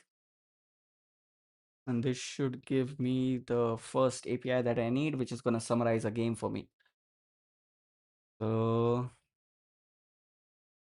yeah, let's try running this now. So we'll have to add it in the cloud config, I think.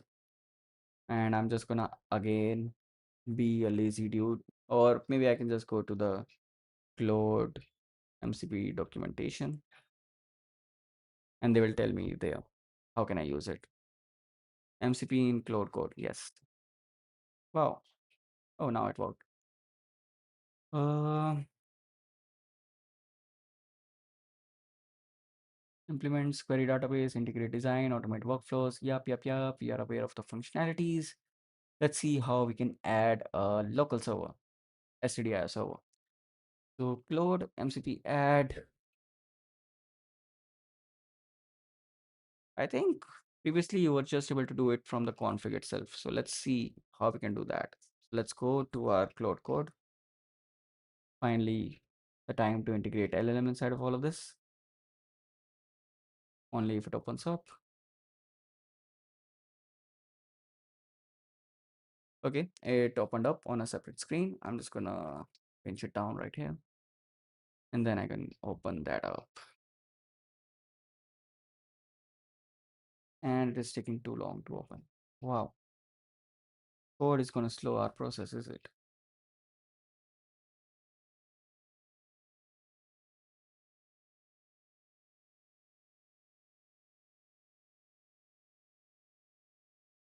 Yeah, so it is still loading up on my other screen.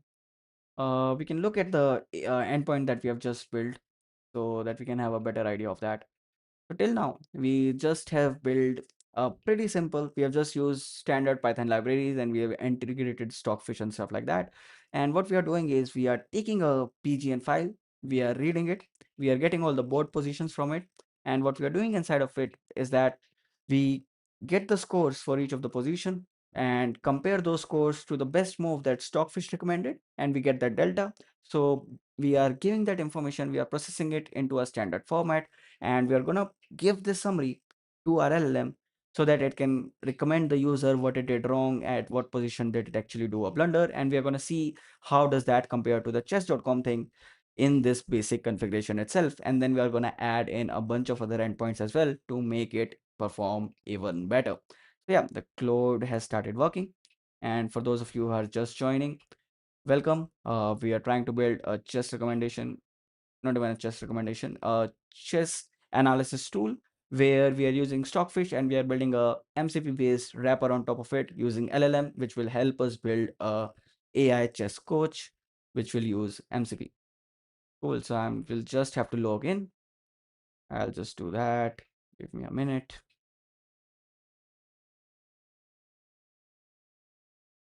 I'll move it to a different screen. I don't know what you guys are going to do to me.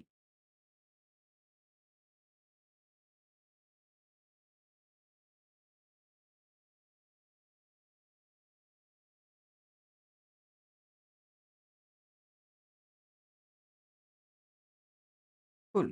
So Claude has finally started working. And now I can go here, accept this, I fine. And now we can go to the developer thing. I think inside the settings, there is a developer settings where we were able to play with the invoice parser thing. So we didn't get back on this, but yeah, this was kind of fun. So let's go back inside of our config, open it using Z. Yeah, so this is our config, and we need to create a similar config for our server that we have just built, which is the what I'm saying, the chess analysis tool server. So I'm just going to copy this configuration inside of the invoice parser. I'm going to create a similar one right here. But before doing that, I just want to check if the same command will work for this or not. If I go to the main, I need to check what is the thing it is serving on. So how do I check that? So I'll have to open the fast MCP documentation. Let's just quickly do that and see how do we serve a server. Yeah, we done all of that, and we are on mcp.run part. mcp.run.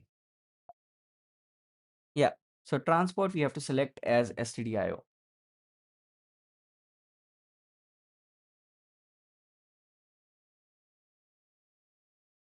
Hmm. Wow. Sorry for that. And now we should be able to run this. So let's redo. We use the same command that we were using here. Yeah, the cloud config, the uv run python dash w ignore main.py. Does this work? Best move scores, perhaps forgot a forma. Okay, we have a syntactic issue. No module named fast MCP. We haven't added that yet, is it? We'll be able to check that in Py project. Yep, we haven't added that. UV add fast MCP. Cool. Now I should be able to run this. There is another kind of an error that's happening. Type error. New enumerations should be created as enum name. I think you have to do string before enum. I think that's how it generally works. I'm not really sure. I always get confused on this. There is some way of doing this. Sir, why do you not use a VM based editor? Vim based editor. Oh yeah. Because Vim is too difficult for me. I mean, I don't want to devote the time to learn Vim shortcuts. I am aware of some of them and I've tried working on it, but I think when I want to develop something fast, it kind of annoys me because it is tiring like that. That's all.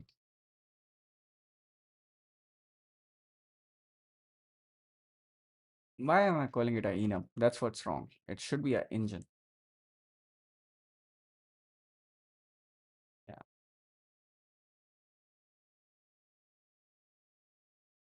Yep. Why would you even say sorry, dude? Chill out. Fine. I'm not sorry for not using Vim. Why are you sorry for telling me to not use Vim? To use Vim. Sorry. No, no, it's cool. It's chill. I don't think you're putting me in the wrong. Vim is really cool. I would love to learn Vim and take the time to learn Vim. Yeah, dude, I love it too. Like all of those things, the way if you see someone working on Vim, the speed which they travel and navigate the code is just amazing, and I love that myself. But at the same time, when I'm working on something and I have so much to work on, I just can't put learning Vim into a priority. I'm just like, okay, let's just use VS Code for now. The main thing I want to learn is this AI thing or this new language thing or whatever. I can't really focus on that. But yeah, if I can get the time to, I would really love to take a week or a month and get completely familiar to Vim and also use those cool little navigation things. So yeah, I understand that. I totally go along with that. Yeah, so the command is working.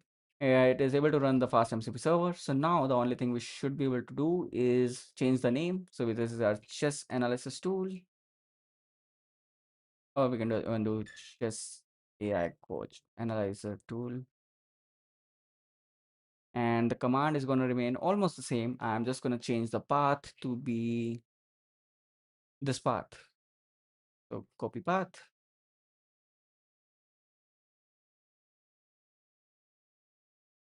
Cool. And inside of here, I'm going to do, yeah, uv run python dash v ignore main.py. That's going to be the only change. And I can actually ignore this one for now. Let's just comment that one out. And now I should be able to go back to my cloud server. And also, if you have not seen the previous video, this is just a configuration you have to make. So we have created our fastMC server, which is inside of the main.py. So if you see right here, we can see that we have created a server which is like this is the MCP tool. That's it. And the name of this file is going to be the tool's name. I am also going to create a doc string so that it's better understandable for LLM that what is that exactly doing and what inputs does it need. So it is recommending me something, returns a summary of the game in JSON format. No, it doesn't. Asks PGN, the PGN string of the game, side, the side of player for whom the summary is generated. returns a dict summary of the game. So I'm just gonna modify this one only. Returns the summary of the game, move by move for each player. And also one more thing I was thinking of is that instead of uh so the issue is that for each move it is adding I. Like that shouldn't be the case. Sastron Gaming. Hi dude, how are you doing? I hope you are enjoying the stream. If you have just joined, welcome. We are building a chess analyzer tool, a wrapper on top of the any chess engine as such, and trying to explain it to a human to help improve their chess. Good. I want one of the website PGN file. I want one of the website PGN file from backend. Okay, what do you mean by that? Which backend? I have sign in access. Okay, so you're saying you want the PGN file from chess.com backend? Is that what you mean?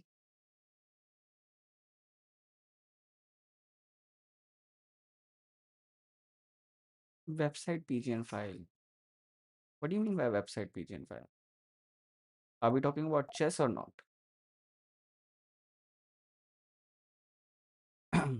Yeah, so let's try to rerun this. So now that we have edited the config, it should be able to accept this. And also we were creating the doc string actually. So returns a summary of the game, move by move for each player. And yeah, the thing I was saying is that it is adding the move for each player. But if you see chess.com, the move works in pairs. So the first move is same for both of the players. So I think one way we can do this is we can create, okay, hear me out. So the way we are gonna do this, that we want to take the seal of it. Okay, if it's a float, okay. So basically, if I move count, instead of giving the move count as I plus one, I can give it as I plus one is not the right way. I want the 1 1 to be same for both. So I plus 1 is going to be 1, 1 by 2 is going to be 0.5, and it's going to be 1. So I want the seal of that. So is there a way to go math.seal?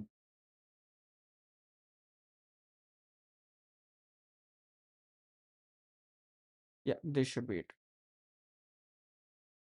So import math. That should take care of this.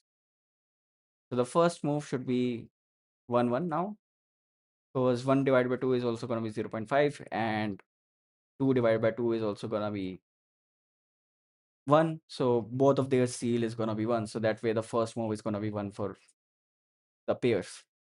So I hope that should fix it.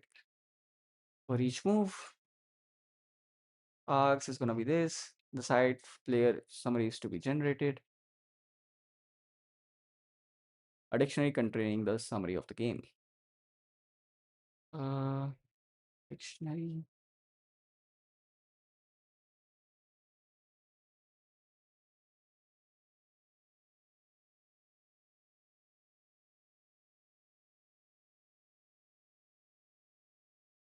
Maybe I can just return a string also. Anyway, I'm just putting it inside of a summary thing. I think if it doesn't work really well, we can try putting it inside of a JSON. And if the game gets too big, I think this can be a kind of a issue, because ideally the LLM should be able to ask move by move. So the way I should be able to do this is that I give the whole game, I get the summary, but I also need another endpoint which does the same thing, but it does it move by move instead of doing it for every single move.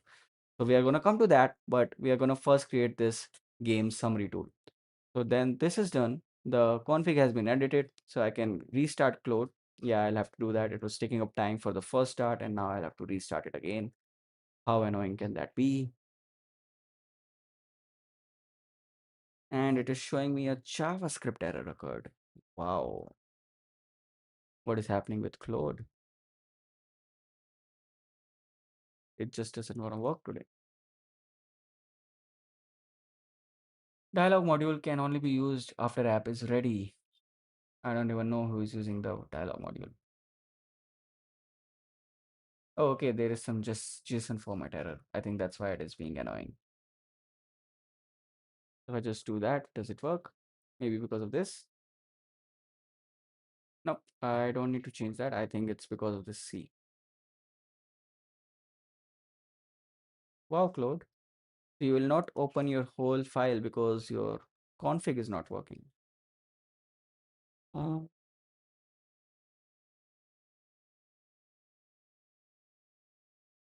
there was an error reading the JSON expected property name and JSON proficient 24. What seems to be the issue? I don't think the JSON format is any wrong. I can just check it if you want. JSON verify.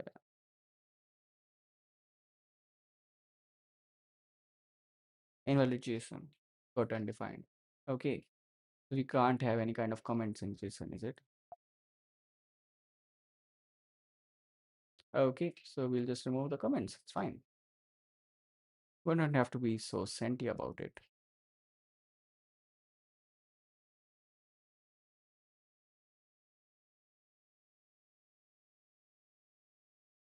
Hey, now there should be no error. Why is it still failing? Now we have checked the JSON format, bro. Okay, now it's working. Maybe it just didn't restart at the point of time. So now let's see how this is working.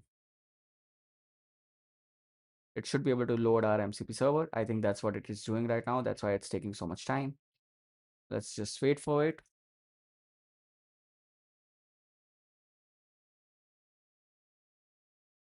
You can also try uploading files instead of directly writing up text right now, the way we are doing it. Allow. And now I should be able to upload a file. But that's fine. We'll worry about that later. Right now, what I want to do is I want to copy the JSON that I just copied.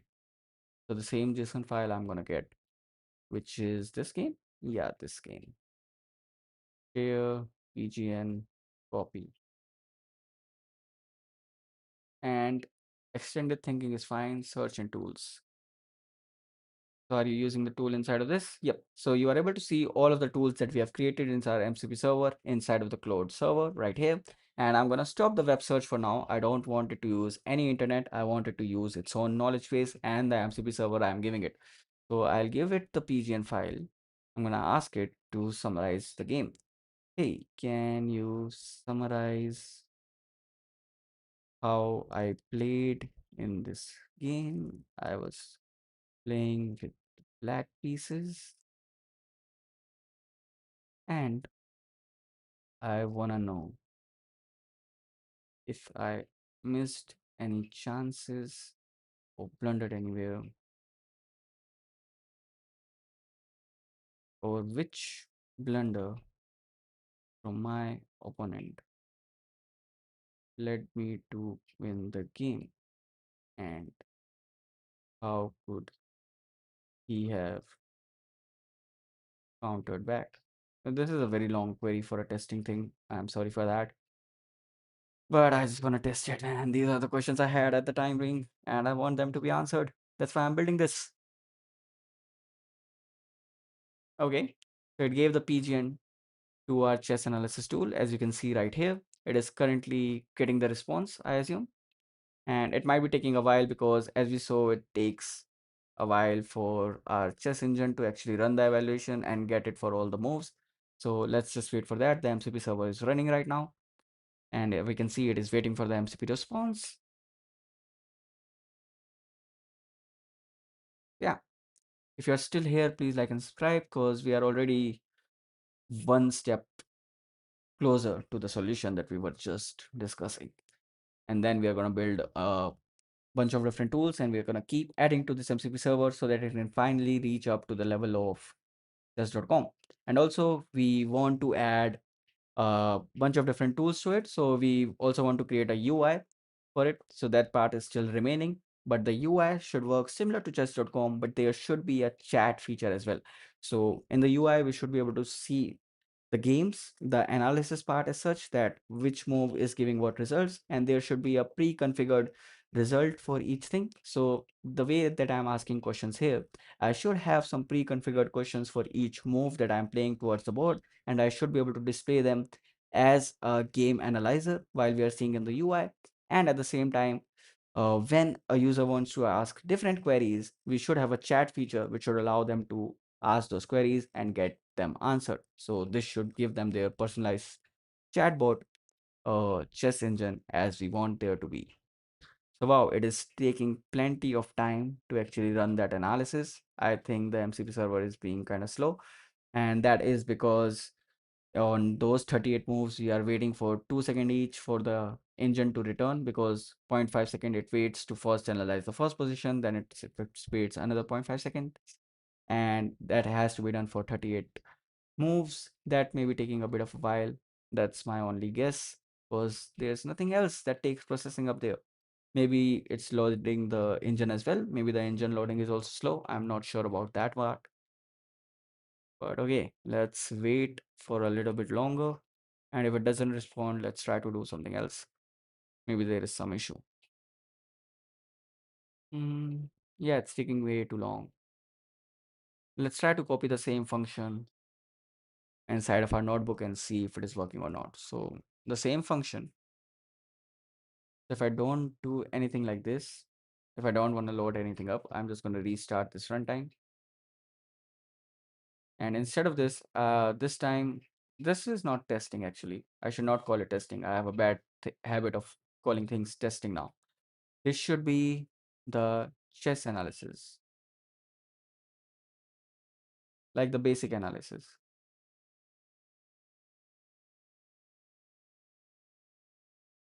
Basic game analysis.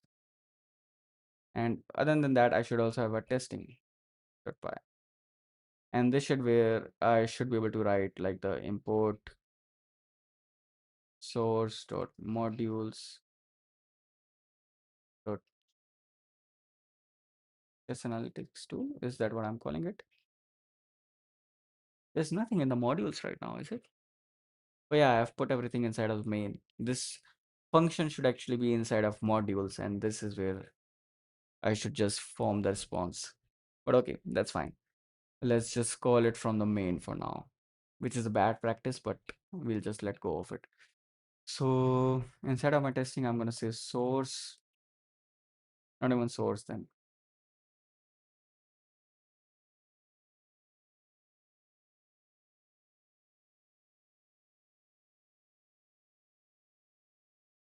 And now I can do import from main, import.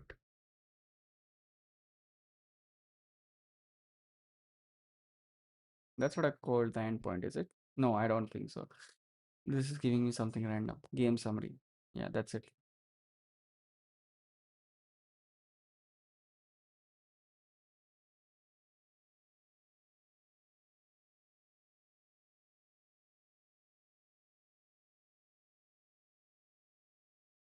So this is where I'm gonna send my PGN. If I go back to my schema analysis, this is my PGN string.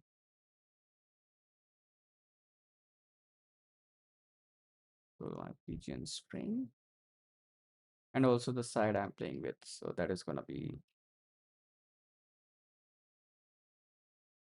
from source dot utils dot types import side. I'm gonna say side dot black, and they should take care of this. So that is gonna be my response. Let's try running this and see if everything is working as expected or not. And why is our MCP server taking so long on Cloud? I'll go back just to check on it again. Allow once. Wow, all of this time you were not even allowed. Error calling tool, game summary, no such file or directly, dot slash engines, stockfish. Oh yeah, because we moved it inside of a source again. So instead of doing that, let's just give it the absolute path. I think that would make more sense. And in fact, I can just copy this path and then paste it inside of a config. Or in fact, also, no, yeah, it should be inside of a config.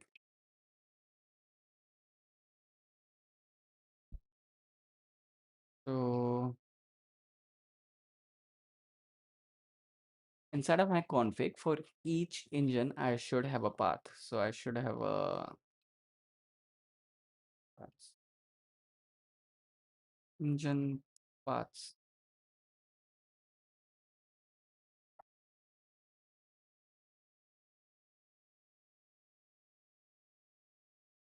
And here I should be able to print this. And this is exactly what we want.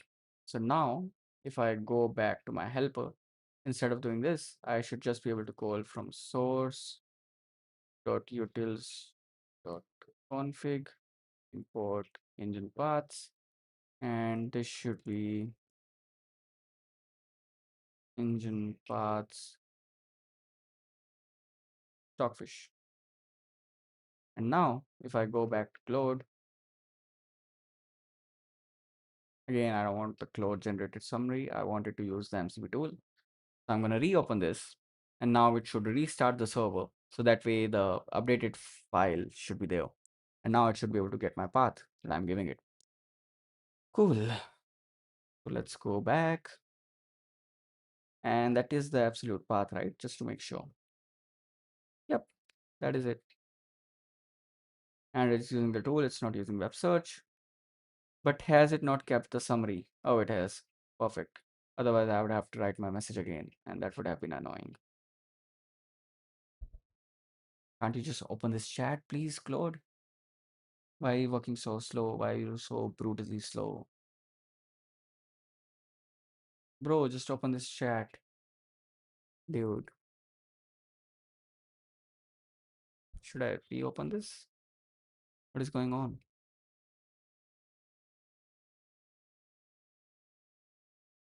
Wow, it just doesn't want to work. Okay, it's fine. I'm just gonna rewrite the message. So I'm just gonna copy back our PGN that we just had. So inside of my testing, it's gonna be there.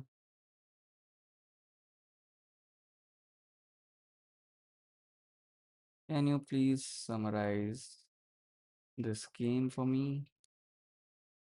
I was playing from the black side. Now let's see.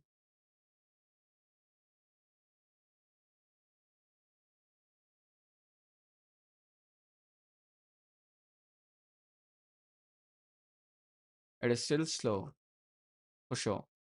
But let's see if it even works or not.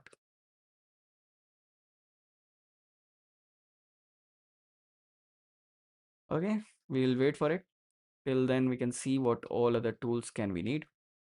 So we have built a basic analysis part, but there are a bunch of things that we still need. So let's just try to document what we have done till now and what all do we want to do. So first of all, what are we trying to do in this repo? So first of all, let's write the name of the repo. So this is like the this analysis tool.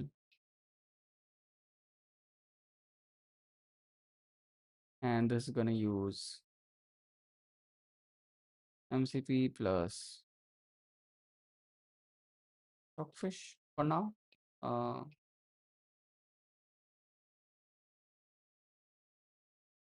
could be also model agnostic. So I'm just going to say MCP. And inside of here,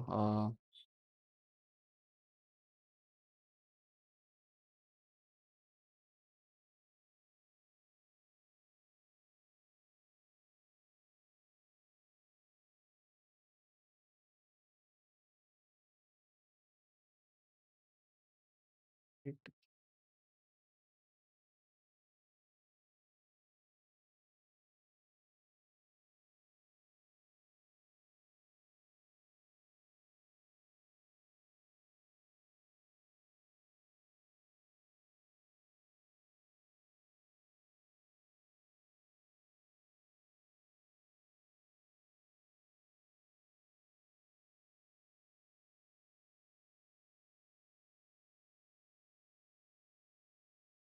use a variety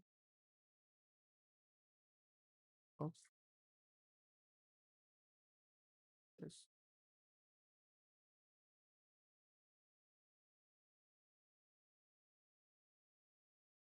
Goal is to create an AI coach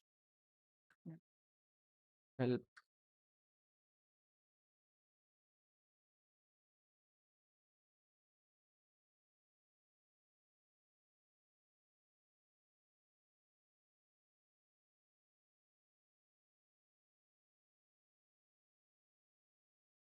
So that is more like the problem statement that we are trying to solve.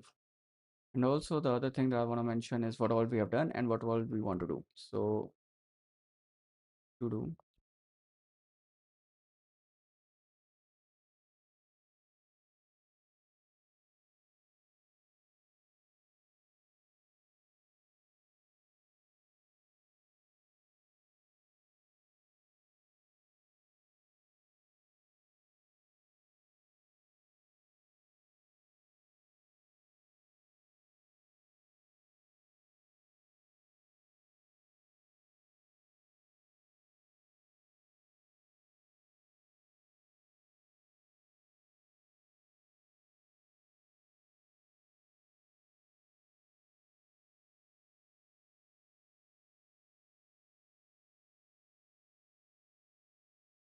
And to do the future tasks that I want to complete. So this all we will be able to complete in this video, I hope.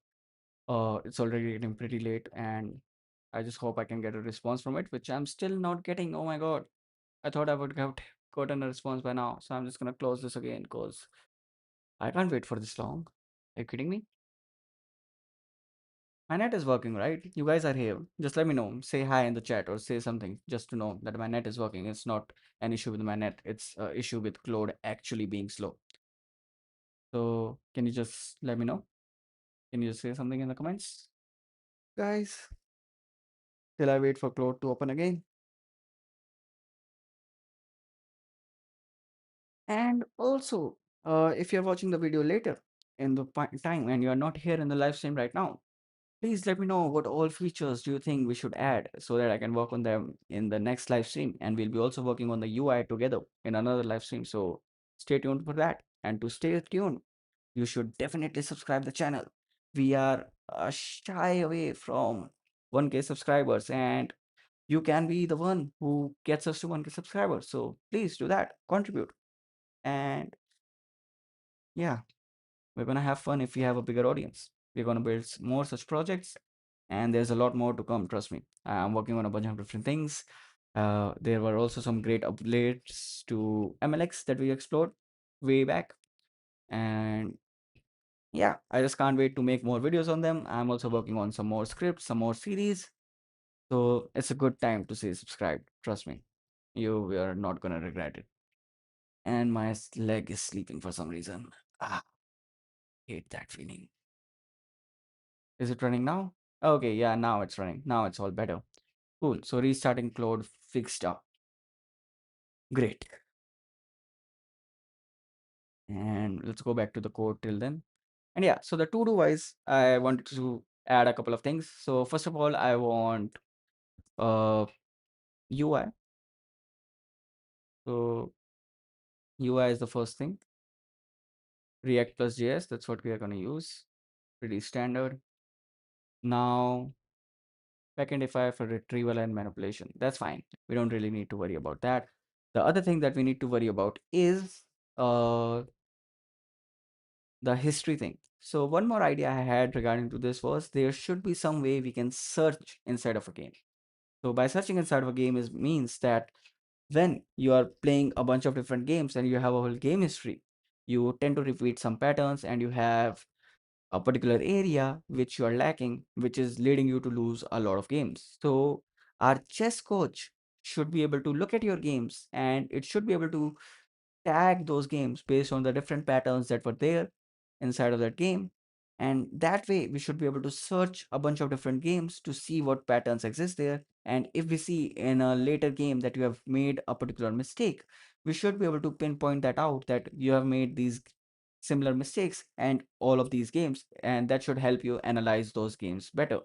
So I want that feature to be there. So I want a chess history analysis and suggestions for improvement. Yeah, that is the feature I'm talking about. So this is one thing more that we want. And at the same time, we also want tactic based explanation for moves and recommendations. Like if you want to say that this particular move is bad, we should be also able to tell why that particular move is bad. And also, it also made me think about the other API that we need to work on right now, which is that when a user inputs a particular move, that what happens if I play this move in that situation. So user move based analysis.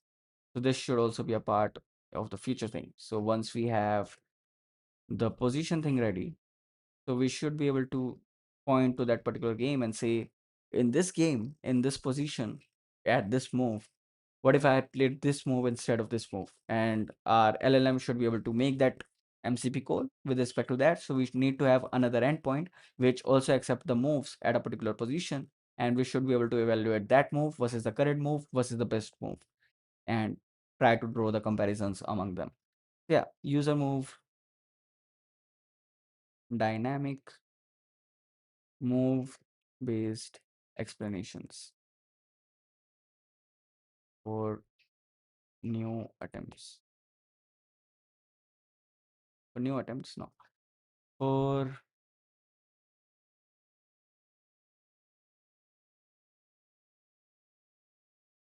to help user users understand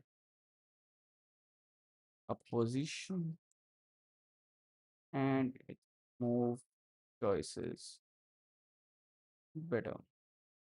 Yeah, that's what I'm gonna put in for now. Let's open Claude and see what has been generated, and let's retry this. So now our server should have been fixed. The error should have been resolved, and now we should be able to run this. Allow, always allow, please. Don't ask me again and again. Are we getting error again? We send the request. Error calling tool. Name pigeon string is not defined. How can that happen? I mean, I know one way that can happen, which is I've not fixed it correctly. Yeah, because of all of the red marks it was giving it, I messed it up, guys. My bad. I'm just gonna stop this, and I just wanna restart the tool. Can I do that from here itself? Not from here, but from the developer maybe. I don't think they will provide that feature. I'll have to restart the whole application. And that is so annoying from Claude's point of view.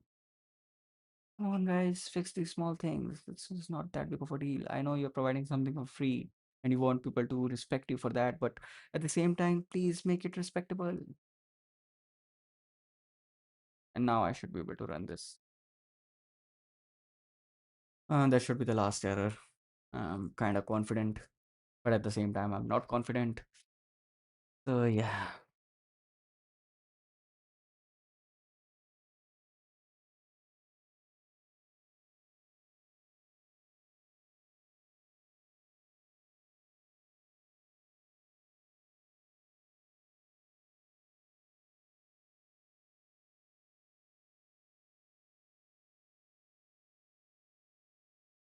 Oh, it's taking a long time to load up again.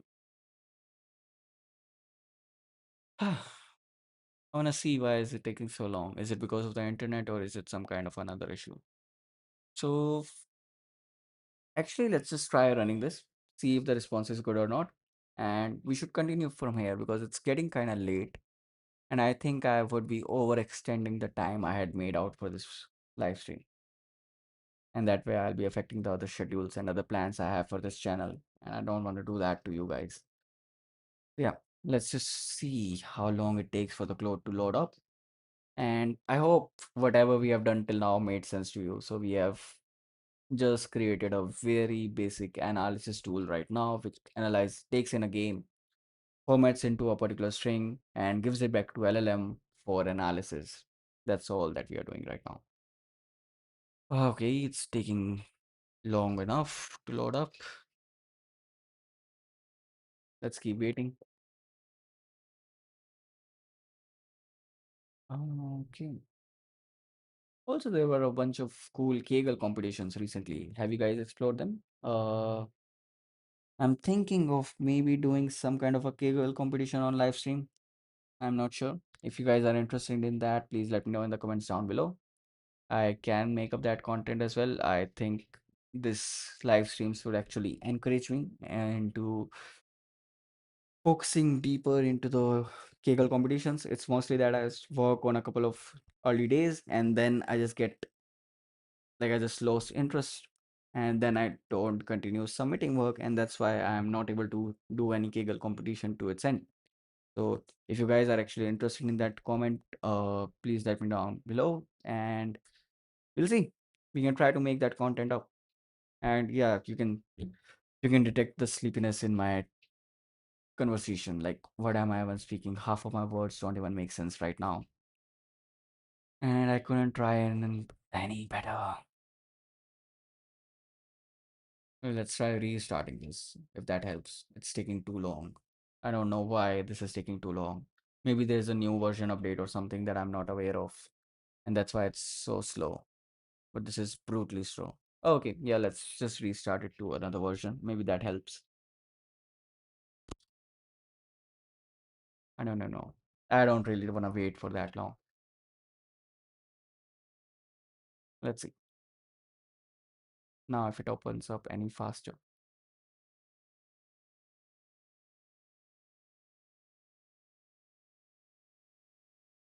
Still slow. So the update was nothing.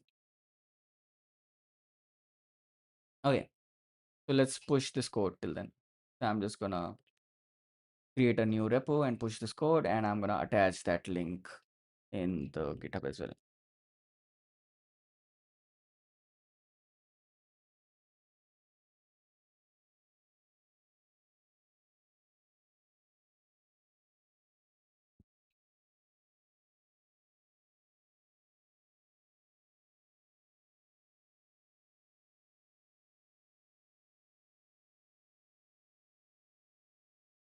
Yeah, so this is the one. Let's try retrying this with no changes. And this time we expect it to work as we have fixed all the errors on the server side. So let's hope for the best. This is send the request. You just send the request, didn't you? I don't know what it's trying. But okay, I'll just create the repo.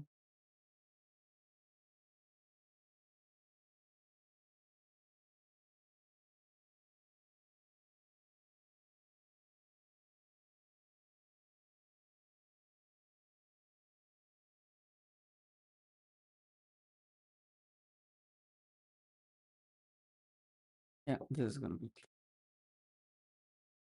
great. So it's still running. It should be working this time, hopefully.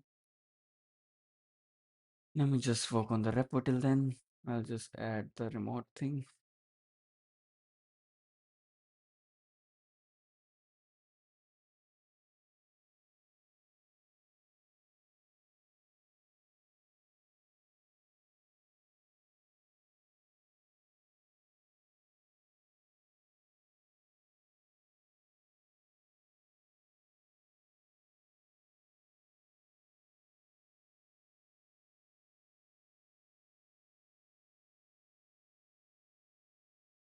Fail to push refs to GitHub somehow. Source respect main does not match any. Why is that happening? Oh, because this is not a Git file. The internal is a Git file. Okay. So I think we should move the Git ignore from there to here. Yeah. And we should remove the Git from there. So cd into backend rm-rf.git move.gitignore. Git. Ignore. dot slash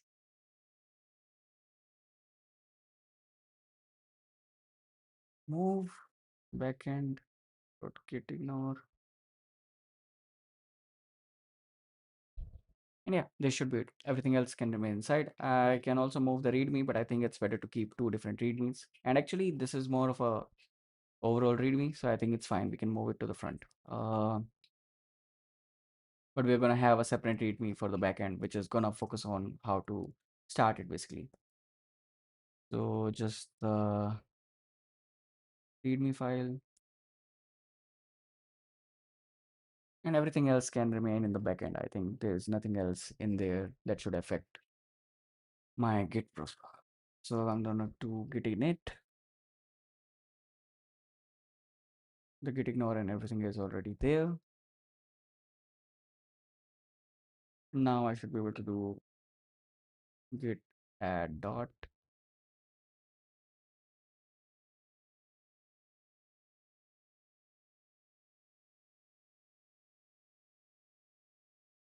first commit.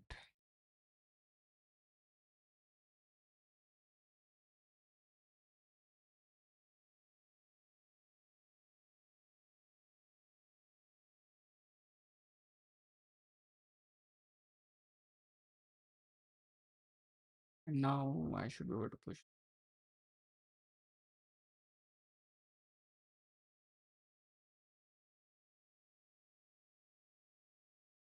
Cool.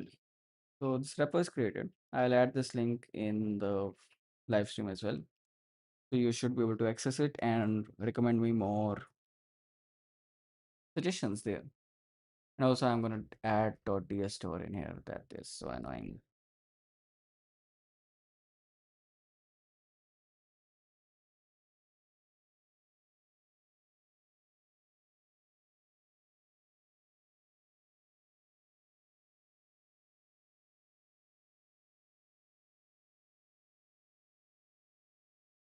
I think we will also have to delete it. So rm.rf.ts store pd backend rm-rf.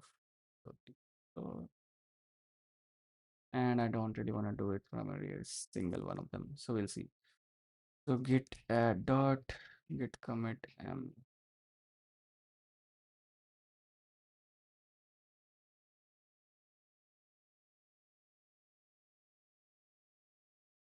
At least it should take care of the one on the front of the repo because that's the most annoying one. Cool. So I have created the repo. I'll be, will I be extending it for just 960? Sure, dude, we can. That's not an issue. There are engines for that as well. I don't really need to do anything. The same engine will work. So it could be extended to just 960 as well. And yeah, so now we are finally getting the response that we were expecting. So we are getting all of our moves the way we gave it. And our chess engine should be able to tell the difference about each move. And it should finally be able to tell which move worked the best for us. So the score tells us that what was the move according to the player. And yeah, so they should tell me all the missed opportunities and stuff. So let's try to see how good this is. And then we'll see if this works or do we need to add something else to our function as well. So I'm just gonna come back here and I'm gonna open the Stockfish engine on the left and our MCP server on the right and compare the two directly. Yeah, I'll open up the analysis and let's go.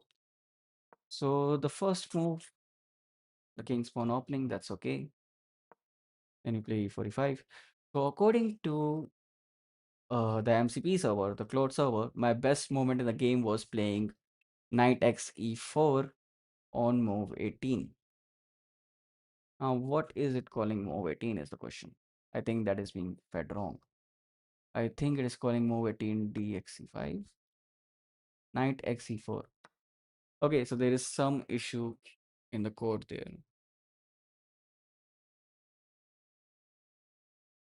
No, but I told him I was playing as black, right? I'll end this game as black and let you know the best moves.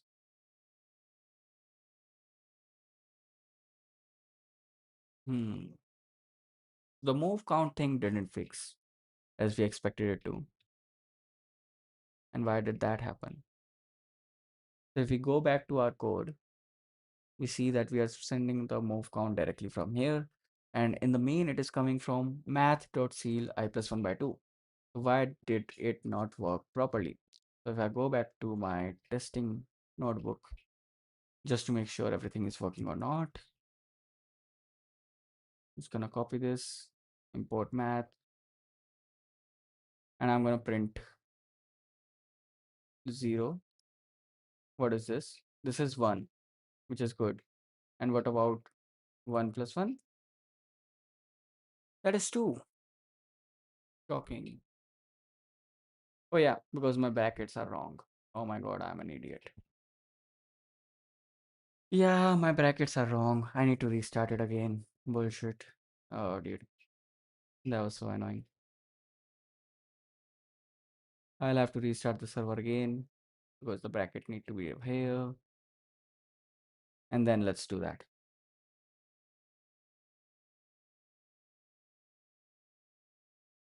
Yeah, oh, okay. That also makes sense. You're right. You're 100% right. Lil Monkey Boy 3. Cool name, huh? But yeah, that makes sense. That makes total sense. So somehow the way the engine is working now, it's not only telling me my nose, it is also telling me that knight x e4, that was a mistake from my opponent, is actually my best move, where instead it is a blunder from my opponent. But it is not a blunder, right?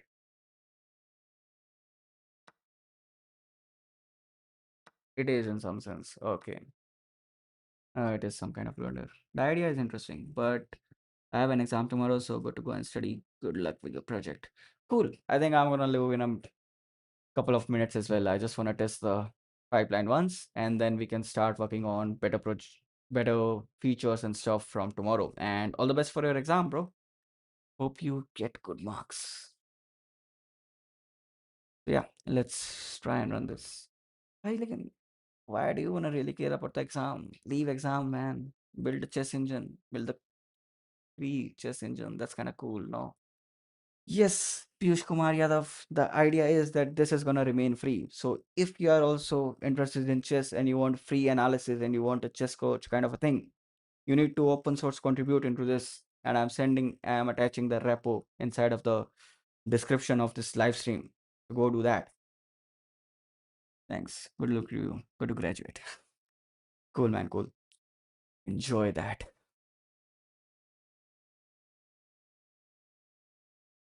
So let's see. We have to restart this because the move count is being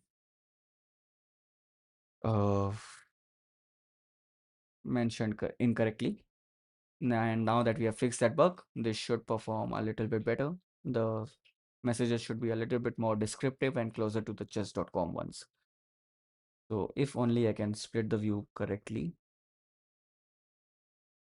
I should be able to compare these two engines right here. Now that the server has restarted, the bracket error should have been fixed. And now I should be able to see my issue. And somehow it's just not showing me the changes. It's weird. Like I just made this change, but its status. Yeah, and the status it is showing me, but not in general.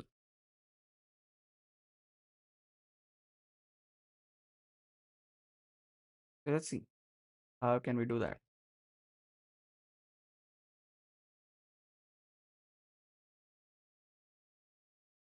Oh, I am from NSCT Delhi, if you have heard about it.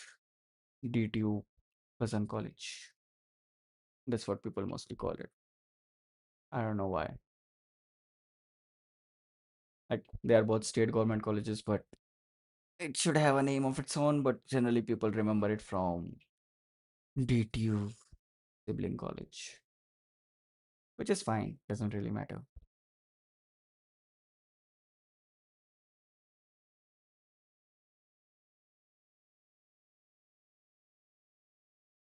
Bro, Claude is not opening again. Why is Claude so slow?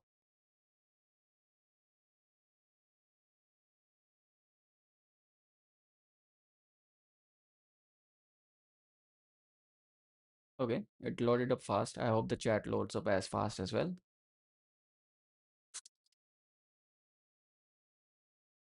It has made me wait so much. Like, if I edit a video out of this, a lot of the time is going to be removed just because I'm going to remove the cloud running times. Like, wherever the cloud is taking up the running times, it's going to be replaced by that reel. What was the reel? That 2 minutes later from the SpongeBob thing, one eternity later and stuff like that. PC or laptop? Laptop, bro. MacBook.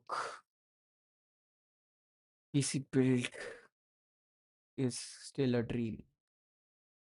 Or it's more like, is it really necessary now? Because for gaming, you can use a PS, and for coding, anyway, you will not want to use a Windows thing. So, yeah, I'm not sure why would you use a PC. So, if it only loads up, you can see how good the analysis is. And tomorrow we'll work on a bunch of more features to get it closer to chess.com in some sense, and we'll also try to build a basic UI around it. So stay tuned for that tomorrow. Great game. And did we get the response from there? Yes, we did. Yes, we did.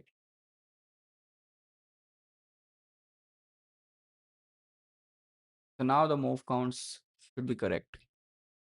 Yeah, cool. Overall, you played a solid game and capitalized when your opponent makes mistakes. Here are the critical movements. White's fatal blunder. Move 18. G3. Okay, that is correct. G3 was the biggest blunder they made.